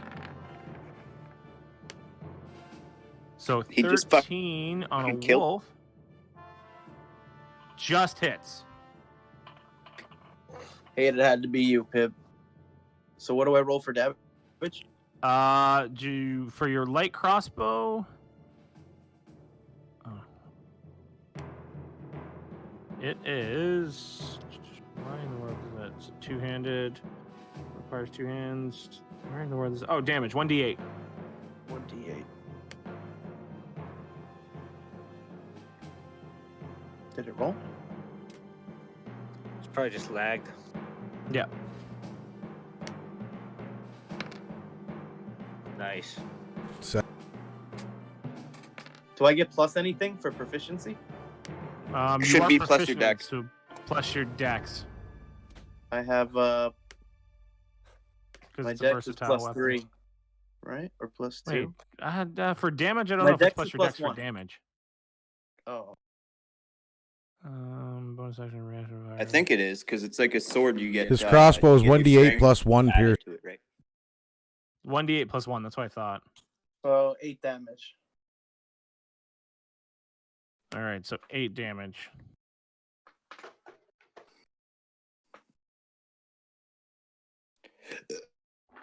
Okay, so you rear back. You actually let a bolt fly. It basically it sails away from your crossbow. It hits the Ripper right directly in the sort of haunch of his shoulder. He takes 8 damage. He looks amazingly enough. This particular wolf looks almost bigger and more voracious than the other wolves. It's got a bit more build to it. It gets that arrow in its haunch. Even with the 8 damage that it takes, it sort of looks at you and just snarls. And I'm going to look back at it and say, sometimes it's not the fight in the dog, it's the dogs in the fight. And I'm going to let the dogs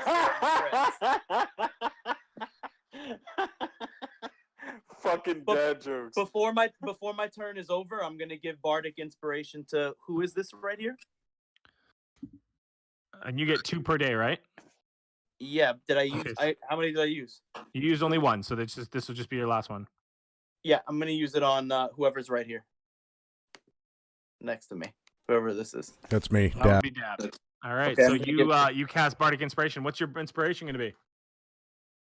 My inspiration is going to be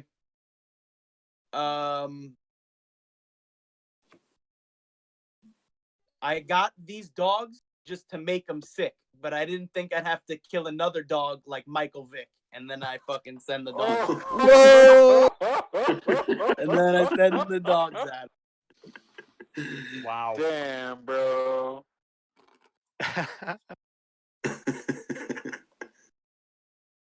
Wow. Just wow.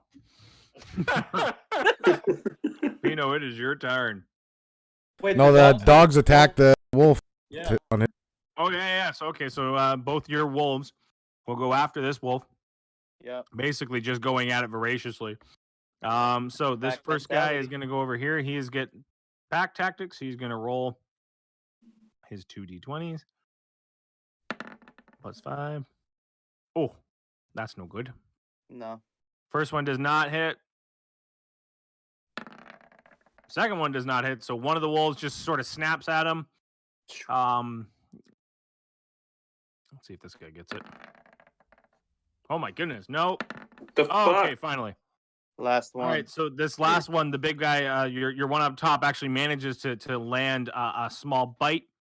He Yeah. bites down, and Ripper takes 7 points of piercing damage as this wolf rears back and tries to take a bite out of his leg. Does a pretty sizable wound, but Ripper is still standing strong. Pino, it is your turn. So I'm gonna move in here, stomping all over those bodies as I go. So you stomp all over everybody you pass. I'm gonna use my action to throw the third of my stones at Rick. Ripper, okay, go ahead and roll for an attack.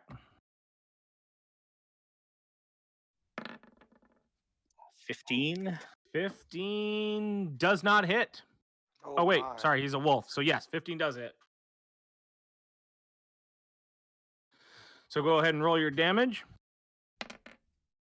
It's Yes. 9. Ooh, 9 damage. So you pull back a stone, you let it fly. It actually lands directly in the ear of Ripper. He looks extremely it looks like an extremely painful hit. He actually falls back, he falters, he runs back up. He's sitting on top of all fours, but he's actually, you can tell he's labored and breathing. He's having a hard time keeping straight.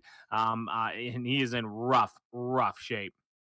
Rob, when you So get up, for when my- you get up, you gotta tell this dog to chill out. My bonus action, I'm going to use healing word on Rob.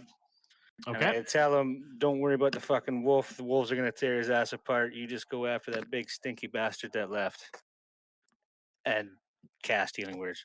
Okay, so you cast healing word. Go ahead and cast it. Rob didn't even have to do a death throw. It's Oh, you 5. have this Yeah. dog up here, Pino. Remember? Yeah. Oh, I That's what know. I'm doing right now. So now, what do you want your wolf to do? I'm gonna put him right there because that's only about 25 feet of movement and Okay. attack River. All right, your wolf's going to come up. He's going to attack. One of them does hit. So the first one does hit. So he's going to go and take a chomp out of Ripper.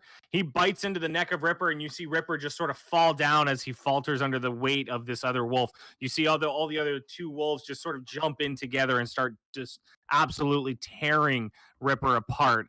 Ripper is down for the count. That's what it gets for sitting up here with the boss instead of Nice. downstairs with the gang. So I'm gonna just use 5 more feet of my movement and just move up 1 square. All right. That concludes your turn. Rob, we are still in turn. Go ahead. No, wait a minute. You just skipped over me, bud. Oh, I did. Dab, your turn. Okay, I'm going to use my movement less than 20. And I'm going to move here and realize that they moved the rocks from the front pond to flood it last time. See that there's a stone wall blocking off the second pond, and remove those rocks to hopefully flood out that cave and injure the guy in the cave. Okay, so That's you fucking genius. so you pull these rocks out. You see this Good massive cantrip. flood of water pour directly towards, and it heads down this actual piece. You hear in the distance, "Roar!" Gideon, you see a massive wave of water comes flying down the way. Clark is going to make a dex throw to try and save himself, and then he's going to make a strength throw to try and save himself. Attaboy, Dab. Good Attaboy. thing. Fuck yeah. Hey, So take that X off me. I'm not his down. dex throw, I think, succeeds. Let me see here. Sorry, there's a lot that happens here. DC, dexterity, That was 10. awesome. So yes, his dex throw succeeds. So you actually see, Gideon, you see this massive wall of water come flying down the the cave, you see Clark dive in, and he's actually currently prone, lying on the ground here as he dove away out of the. Just put the little net on. He's currently prone, and as he tried to dive away out of the water, he doesn't get hit by the water, but he is currently prone. Nice. So with prone, just so everybody knows, his movement is only option to crawl unless it stands up and uses its action. It has disadvantage on attack rolls, and an attack roll against the creature has advantage as long as the attacker is within 5 feet. I think you got to use Isn't half it- his move. I think Yeah. you got to use half your movement to get up too. Yeah, prone's creature only movement is option unless it stands up and thereby ends the condition. It can use half of its movement to stand up. And crawling is half movement, right? Or Correct. double movement. He can't move more than he can't move more than half his movement crawl. Okay, cool. That'll conclude my turn. That was a genius move, Dab. Yeah, that was fucking- great. All right, Rob. Been sitting you're on up. it just waiting the whole time. I Alright. was hoping nobody else thought. You want to do me a That was favor and pretty take smart. that X off me since I'm not down anymore? I certainly can. Nobody wants to deck. Hopefully you don't have to put it back. So I can make it to him if I take my full movement and my action. You have to, and you still have to do you'd have to do a dexterity saving throw. 30-foot Okay. drop that's in front of you. Okay, so I'm gonna go to there. Where do I got to make the save? Like, Right here. okay, I'll make the save. Dexterity saving throw. Yep. Alrighty, give me 2 seconds here.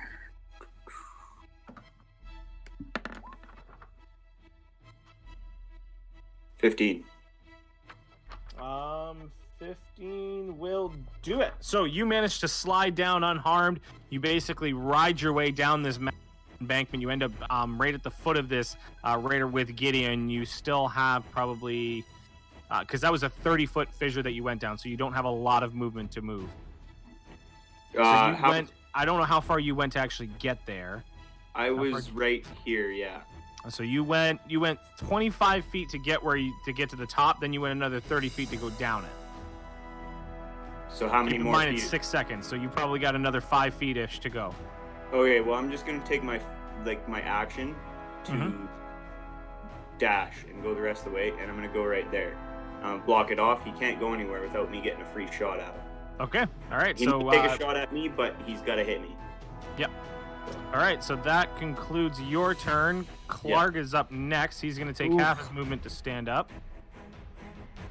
And he's just going to basically turn to you and say, "You dare defy Clark, puny human?" And he's actually going to take a swing at you because he doesn't know Wait, what's good how for him. tall is he? Because I'm probably taller than he is. And bigger. He stands. He's a humanoid. Let's see here. I don't know what the bugbears are. Bugbears are pretty tall Yeah, creatures. bugbears are They pretty do big. stand on 2 feet. I'm And 7'9". Because the I think other he side of a stands bugbear is the size of a bear. Yeah, he's about 10 feet tall. Okay, so he is a little bit. Okay, fair Yeah, enough. he's massive. He's a bear, but even a bit bigger than that. So he stands over top of you. He actually has a morning star directly in his hand, and he is going to swing it good. Fuck. And he is a brute. He's going to do brute, which melee weapon deals 1 extra die damage of its damage when the bugbear hits with it. And so he is going If he to hits me. swing with his morning star. The attack is a 20. Fuck, yeah, that hits. He's going to hit with 7 plus 6 plus 2. His 2d8 plus another d8, so that's 15 plus. Oh shit! This might actually kill you. And when I say kill you, it might kill you. Because if you get damaged below your maximum health, you get instant kill. Yeah, if Nah, you that's do. not in 5e. They Yeah, took that out, bro. They took that out, man. I'm pretty sure that's in 5e. I'm pretty sure that's in 5e. I've been playing 5e, bro. I've never heard anybody use that, bro. Now maybe it's a rule that just people don't use. Maybe it's just the first time. Well, it doesn't happen very often. But At level 1, in these situations is when it actually is the only time it really happens. Page 75 are the following instant death rules. Massive damage can instantly. So this is actually page 75 of the player's handbook because I have this on me right now. When damage reduces you to 0 hit points and there's damage remaining, if you die and the damage remaining equals or exceeds your hit point maximum, you die instantly. Wow. So this is going to be a Never, scary ever one had that- because he took 15 points of piercing damage right now. That's exactly about he needs to die. I think Rob's about to die because he also gets an extra. Wait, what's his health at? His health is at 5. No, his max health. My His max health is 10. 10. Yeah. So like it needs to double my max health, I believe. Like if it's full, I don't think it's like what my current health is, and then that I think it would. You have I to would do need 20 to take damage 20 to him damage. to do what you're saying. I think it would You take have to 20 damage to outright kill me. Yeah. If That's you up take to any you, though. damage, That's your call. if you take any damage while you have 0 points, you saving throw on page 75. Massive damage kill can kill you instantly. When damage reduces you to 0 hit points and there is damage remaining, you die if the remaining damage equals or exceeds your hit point maximum. For example, Okay. a cleric with a maximum of 12 hit points who currently has 6 hit points, if she takes 18 points of damage from an Right, attack. it's the exact amount to kill you. Yeah, Rob just died. So Rob just standing in front of Clark. Clark pulls back. He reels his hand forward, actually absolutely crushes Rob in the side of the head, and manages to. I want to see if this is equal or greater than, because that 15 actually includes this second dice roll. So we might get lucky here, guys. If the damage equals or exceeds your hit point. Jared, do you mind putting your damage rolls in so that we can all see them? Yeah, I don't know why it's only doing it specifically to the GM here. Yeah, it just hides most of your rolls. Yeah, I don't know why it's doing that. There's a setting Well, here, somewhere. I let's don't do it. remember where. Yeah, I know there is. Let me try this. I think it's under my settings. Yeah, I don't know where the setting would be. Damn, they killed the fur blog. Where is my setting? That's fucked up. Is he still alive in our other campaigns? Not right. I mean, it depends on how you guys want to play this. No. I mean, if I die, hey, that's the game, man. If I die, I die. I'm cool with it. I don't know how I can get it to actually roll for you. I'll figure that out after this stream. Cool, no worries. I was just, if it was easy, right? Yeah, but I mean, I've got. He was a got proof if you vegan, need it. man. Why'd you No, do no. that? I just for people watching. Hey, he's still alive in the other campaign. It's okay. Doesn't it show that 15 damage right there? Oh, that was Rob's dexterity. Yeah. Yeah. I don't know why that's doing it specifically to the gym.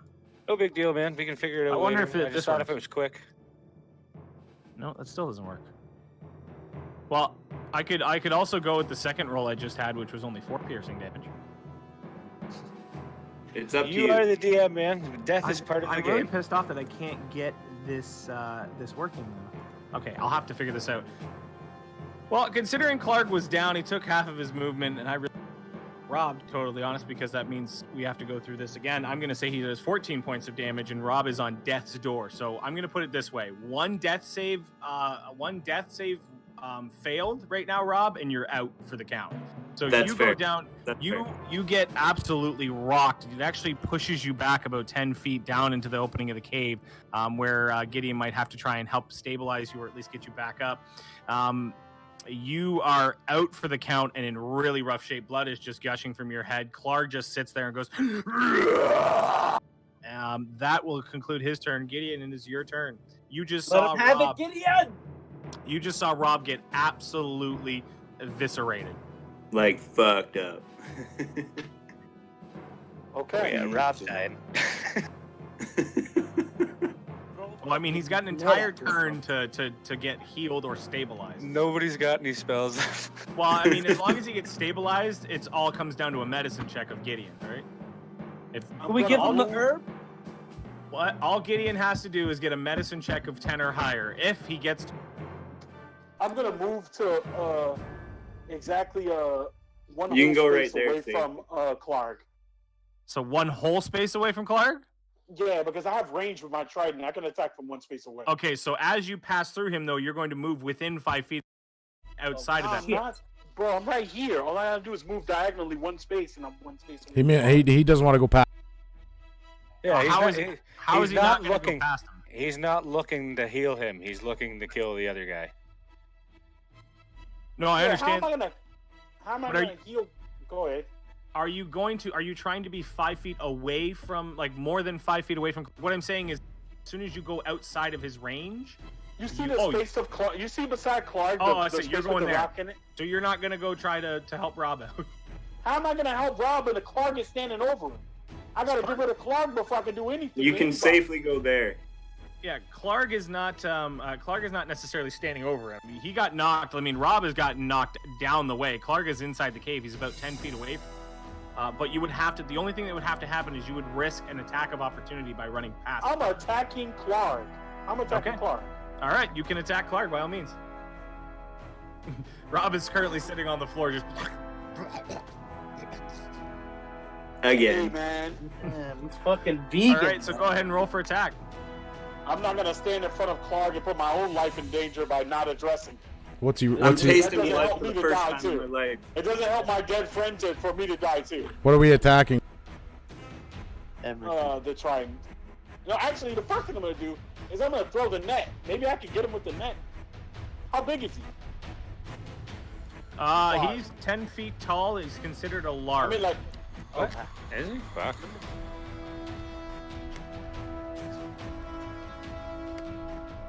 He's 10 feet tall. That's really tall for a pussy. yeah, a larger or smaller creature hit by a net is restrained until it's free. I'm gonna try to hit him with a net. Net that much. 18. All right, so 18 will hit the bugbear. It says, yeah, but you don't get to react to it. I mean, you don't get to try to break free until your turn. So for Correct. now, he's stuck. Yes, Okay, he's stuck. So so- he doesn't get an attack of opportunity if you move past him. Yes, I am. I'm gonna move past him. Now I'm gonna move up close to my friend. Can I Okay. use my bonus action to try to stabilize him? Stabilize is only for actions. Okay, got you. So I move close to him then at least. What else can I do? I have a bonus action. What can I do with it? Nothing, I think. This is why we need Can you parry. surge? Can you action surge or whatever? No, I use action surge already, and it's only for attack.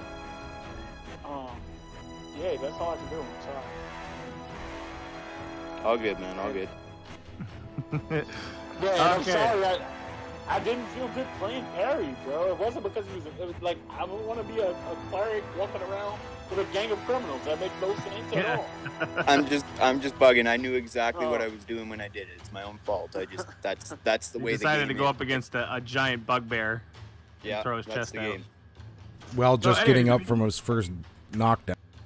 But anyway, he's restrained right now, so maybe somebody can come and help. Yeah, he ain't dead Did yet. Clark Don't get hit by don't any give up water? hope just yet. There's plenty of people that can still run down there. They all saw Clark go down there. They all saw two of their people go down there. So, Richter, you are up. What are you doing? Did any of the water hit Clark? It tried to hit Clark. Clark dove out of the way, so that rush of water left. Clark was knocked like- prone, thus allowing Rob to get in front of him to receive the bludgeoning of his life. All right. I'm gonna move my guy 20 into here, and then I come down, right? Yep. So go ahead and make a dexterity check or dexterity saving throw. Sorry. Dexterity saving throw. Okay, I got a. Okay, so you are going to take.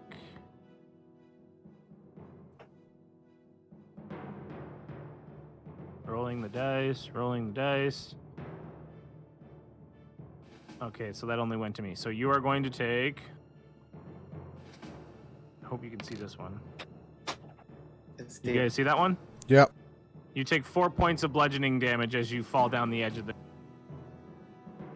So you're down to 5 health, but you now have you still have your action, and you have what's your movement? I have another 15 feet. I do 35. It took Okay, me so yeah, you still have 15 feet of movement, and you have your action. So you're 15 feet. Will that get you there? I'm gonna actually. 15 just feet will shoot get him you to from Rob. here. you I currently can't heal see- Rob. None of us can heal Rob. You can- Again, you don't have to heal Rob. You can stabilize him. I can. So anybody who can get within 5 feet of him can make a medicine check, And if you have medicine proficiency, that's awesome. And then if you get a 10 or higher, you actually stabilize it. We all puts smoked his Mary health- Jane's bud, so we got that medical. Yeah, you got Mary Jade's Fern too, so you've got a little bit of medical help as well, which I Okay, think gives so, you plus. so I'll do that. I have Where proficiency exactly do with I go? medicine. Right here? Advantage Does he on get a hit at medicine me, though, checks. for moving into his area? Sorry? No, only when you leave it. Okay, so I can move up and stabilize him. And also, Yeah. too, he's restrained, so He's you're restrained good. right now. Yeah, so sorry, let me put the net on him. Yeah, he's restrained right now, Okay. so he's currently just sitting there struggling. He can't get out until his turn, so. All right, I'm going to take advantage of that, and I'm going to try to stabilize Rob. Okay, so you're gonna run towards Rob. Are you going to use Fern first? Like, I'll let you take a toke as a bonus action. Okay, fire. Awesome. But what Okay, do so I you do? so you What pull do I out do? Mary Jade's Fern. I'm assuming you have a little bit of it because you guys sort of split it up before, when you were sort of hanging out. You crush it up. You light it. You take a quick toke. You feel a rush of a sensation of knowledge, just absolutely existential knowledge, and you feel like you can just you've got a massive amount of abilities that you didn't have before. You go to stabilize Rob. Make a medicine check with advantage. You're looking for 10 or higher, and we can save Rob's life. I make a medicine check? How do I do Now that? I'm gonna put this on you. A 10 or higher, and it can save his life. Lower, you kill him. Oh fuck! What the fuck? What the fuck? No, come on. It's not a death save. Oh, You get advantage. You get advantage. You get 2. Oh yeah. I got 8. Roll one more. You get You advantage. get one more. You Roll get it advantage. again. Oh, I get advantage? You get advantage. It all comes down to this. All right, I'll roll it again. It was gonna hit 14 too.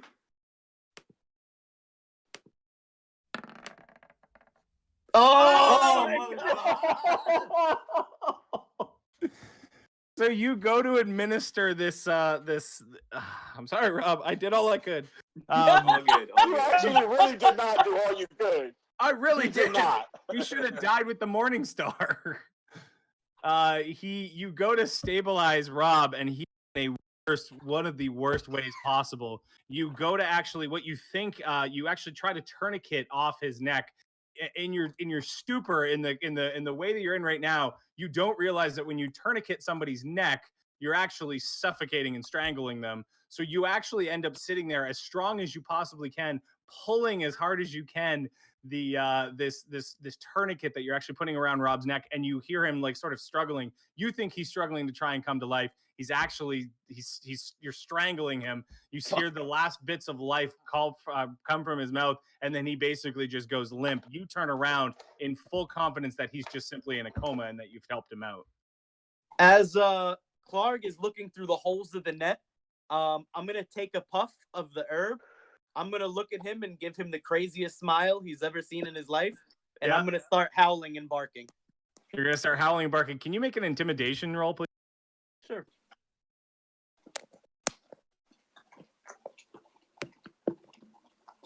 I'm a haunt your ass, yo. I mean, just be thankful it happened in level 1. I've seen guys at level 15 lose their. My friend, I got friend a did 9 that in once. and Intimidation. A 9 for intimidation. So you smile at him, he sort of just growls back. But you can see he's definitely affected by how crazy you're looking. I'm gonna move these 2 wolves right next to him. Okay, so they come bounding down. They don't really have to dexterity checks or anything else like that. Nope. They actually get how far is that? 40 each. So They get it's 40 20 each. to the thing, and then they have 20 once they get down there. It's 30 down. It's 30 to get down, remember? Yeah. Yeah, so they probably can get in without being too exact. They can probably get right up to him, and they're basically snapping at his feet at this moment. Okay. Next turn, they're just going to try and rip into him if he doesn't get free. All right. That will conclude Richter's roll. We're going to go through one more round. We'll get through Clark, and we might have to end it for the evening. But Pino, you're up. Okay, so I gotta stand at the top here and look down, see if I can find a nice, easy path down that's not gonna kill me when I fall. So go ahead and make a dexterity save plus. So add add 1 to your dexterity save. Okay. Add 1 plus your dexterity save. So just roll your dexterity save. We'll add 1. Help I trip. yourself. So you carefully find the most perfect path that you possibly find. You go to slide down it. You actually trip and falter, and you end up going face first and doing somersaults down this. You take, rolling the dice, 2 points. Well, not too bad. You take 2 points of bludgeoning damage as you fall to the floor of this cave. Oh, you're in rough shape too. So I'm just gonna hide out in the corner down here. Okay, so you managed to push off to the corner. Do I still get an action? Yeah, you do still get an action by the bottom of that. Okay, I'm gonna cast Firebolt at him. All right, so Clark is currently, you have advantage on attack rolls against him. He's trained.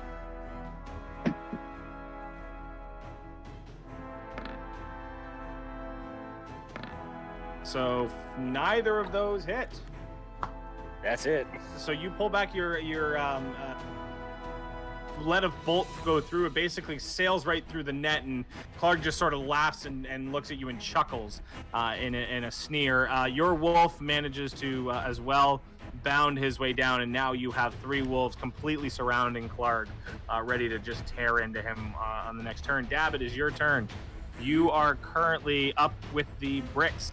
You've just let the water fly, and you don't really have any idea of what's going on. So now that I can see from where I'm at, people are leaving that room below me where I just come. I can see that this is a downhill slope and the water flows downwards. Can I ride the water like a water slide to get over my movement? Make a...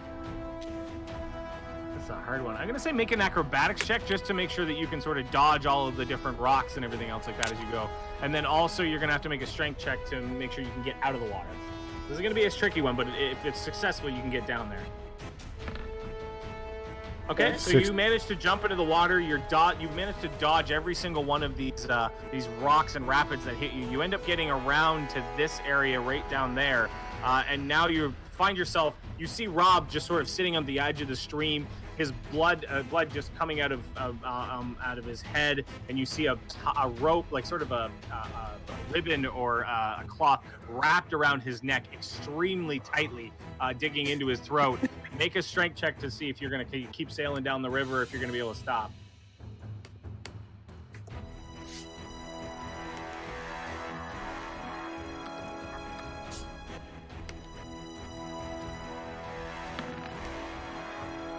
Okay, so you managed to grab onto a rock, and you actually end up sailing down to this ledge here, and you end up jumping onto the side of the ledge.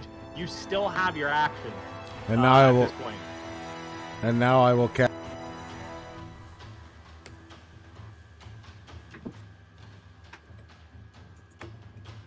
I'll cast magic missile. Okay, so you cast all 3 magic missiles, make 3 attacks against Clark.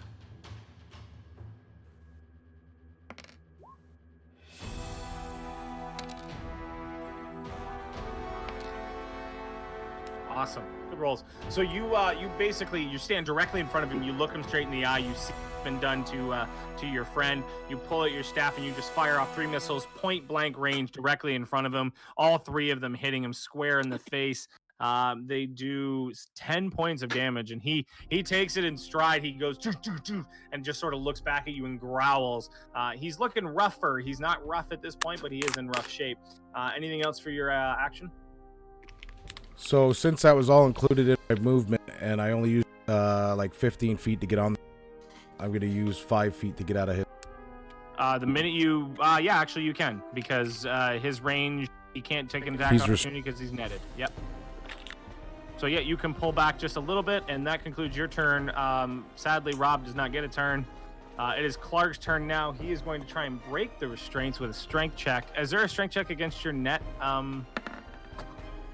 I would have lived, yo. It says a creature can use his action to make a DC 10 strength check. DC strength freeing 10. it- Yeah, freeing himself for another creature from it.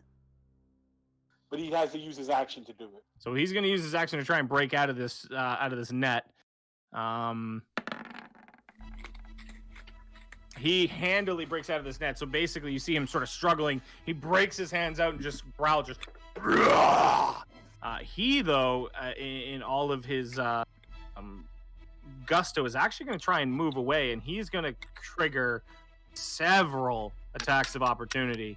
So all three of the wolves get an attack of opportunity. Dab will get attack of opportunity. Richter will get attack of opportunity, and Gideon will get an attack of opportunity. All of you. He is absolutely driven to get the hell out of there. So we're going to start with the wolves here. This wolf here. He is going to roll a shit out of him. Yeah, he's going to get an advantage, and his roll is +4, so 18 + 4. So that's going to hit regardless. He doesn't think, I guess he can go for the crit.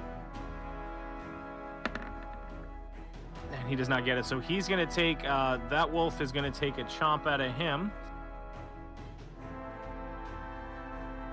And he is going to get, come on now. Whew. He's going to do 6 piercing damage as Clark tries to run away. Clark, he gets him in the back of the ankle. Clark is limping at this point, trying to get away. He's actually only gotten maybe 5 feet. The second wolf, which will be Pino's wolf, is going to take another shot at him. He gets pack tactics.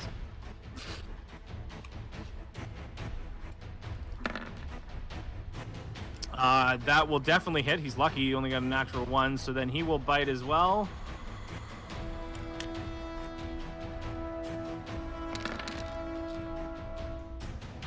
Oh, yeah. So the second wolf manages to bite him in the leg. It actually drags wolf that actually bites him in the leg and actually drags him to the floor. Clark falls on the floor. The second wolf lunges at him throat and actually manages to catch purchase. Clark is now fallen on the floor and absolutely lifeless. All 3 wolves pack onto him and just start tearing him to absolute shreds as he falls. You hear him just basically still making sounds. You can tell he's alive as he's being eaten, going through quite a bit of pain as this all falls towards him. So Clark is getting absolutely eviscerated at this point in time. So you guys have are currently sitting in a good portion of the cave. You have a couple of more places to explore. Do you want to call it for tonight, or do you want to try and power through for the next hour and a half, probably? No, let's probably call it. I for gotta tonight. call it. Okay, before all that, we're out of combat now. Yeah. Yes, you are currently out of I'm combat. gonna cast Mold Earth to dig Rob a grave and to bury him. Oh, Wait I've a been minute, wait a minute. Check his pockets first. He's dead. He doesn't need to be buried with You him. motherfucker! We definitely take everything as he's doing this. So we will I settle also up, check we the will body settle of up Craig. the equipment later, but actually, let me take a look at what Rob's got on him. Why don't we all make a camp here? I don't think in put this little equipment room in. here. But I'm a monk. I have like very minimal shit. Like I got my quarter, a couple of. Yeah, you actually, in your equipment, you have First coin. virtually nothing on you. So I'm gonna create bonfire in the center of this area for us to camp by tonight, as well as Mold Earth to bury our friend Rob. I'd probably rather be burned. Well, we can burn him if you want, He wants a Viking or I can suit. bury him. One or the other. Yeah, when we leave, Yeah, we we burn got him. we got Yeah, sleep. I got a Yeah, herbalism yeah. kit. Stink. If we're gonna I burn his I ass, said when we leave, we burn him.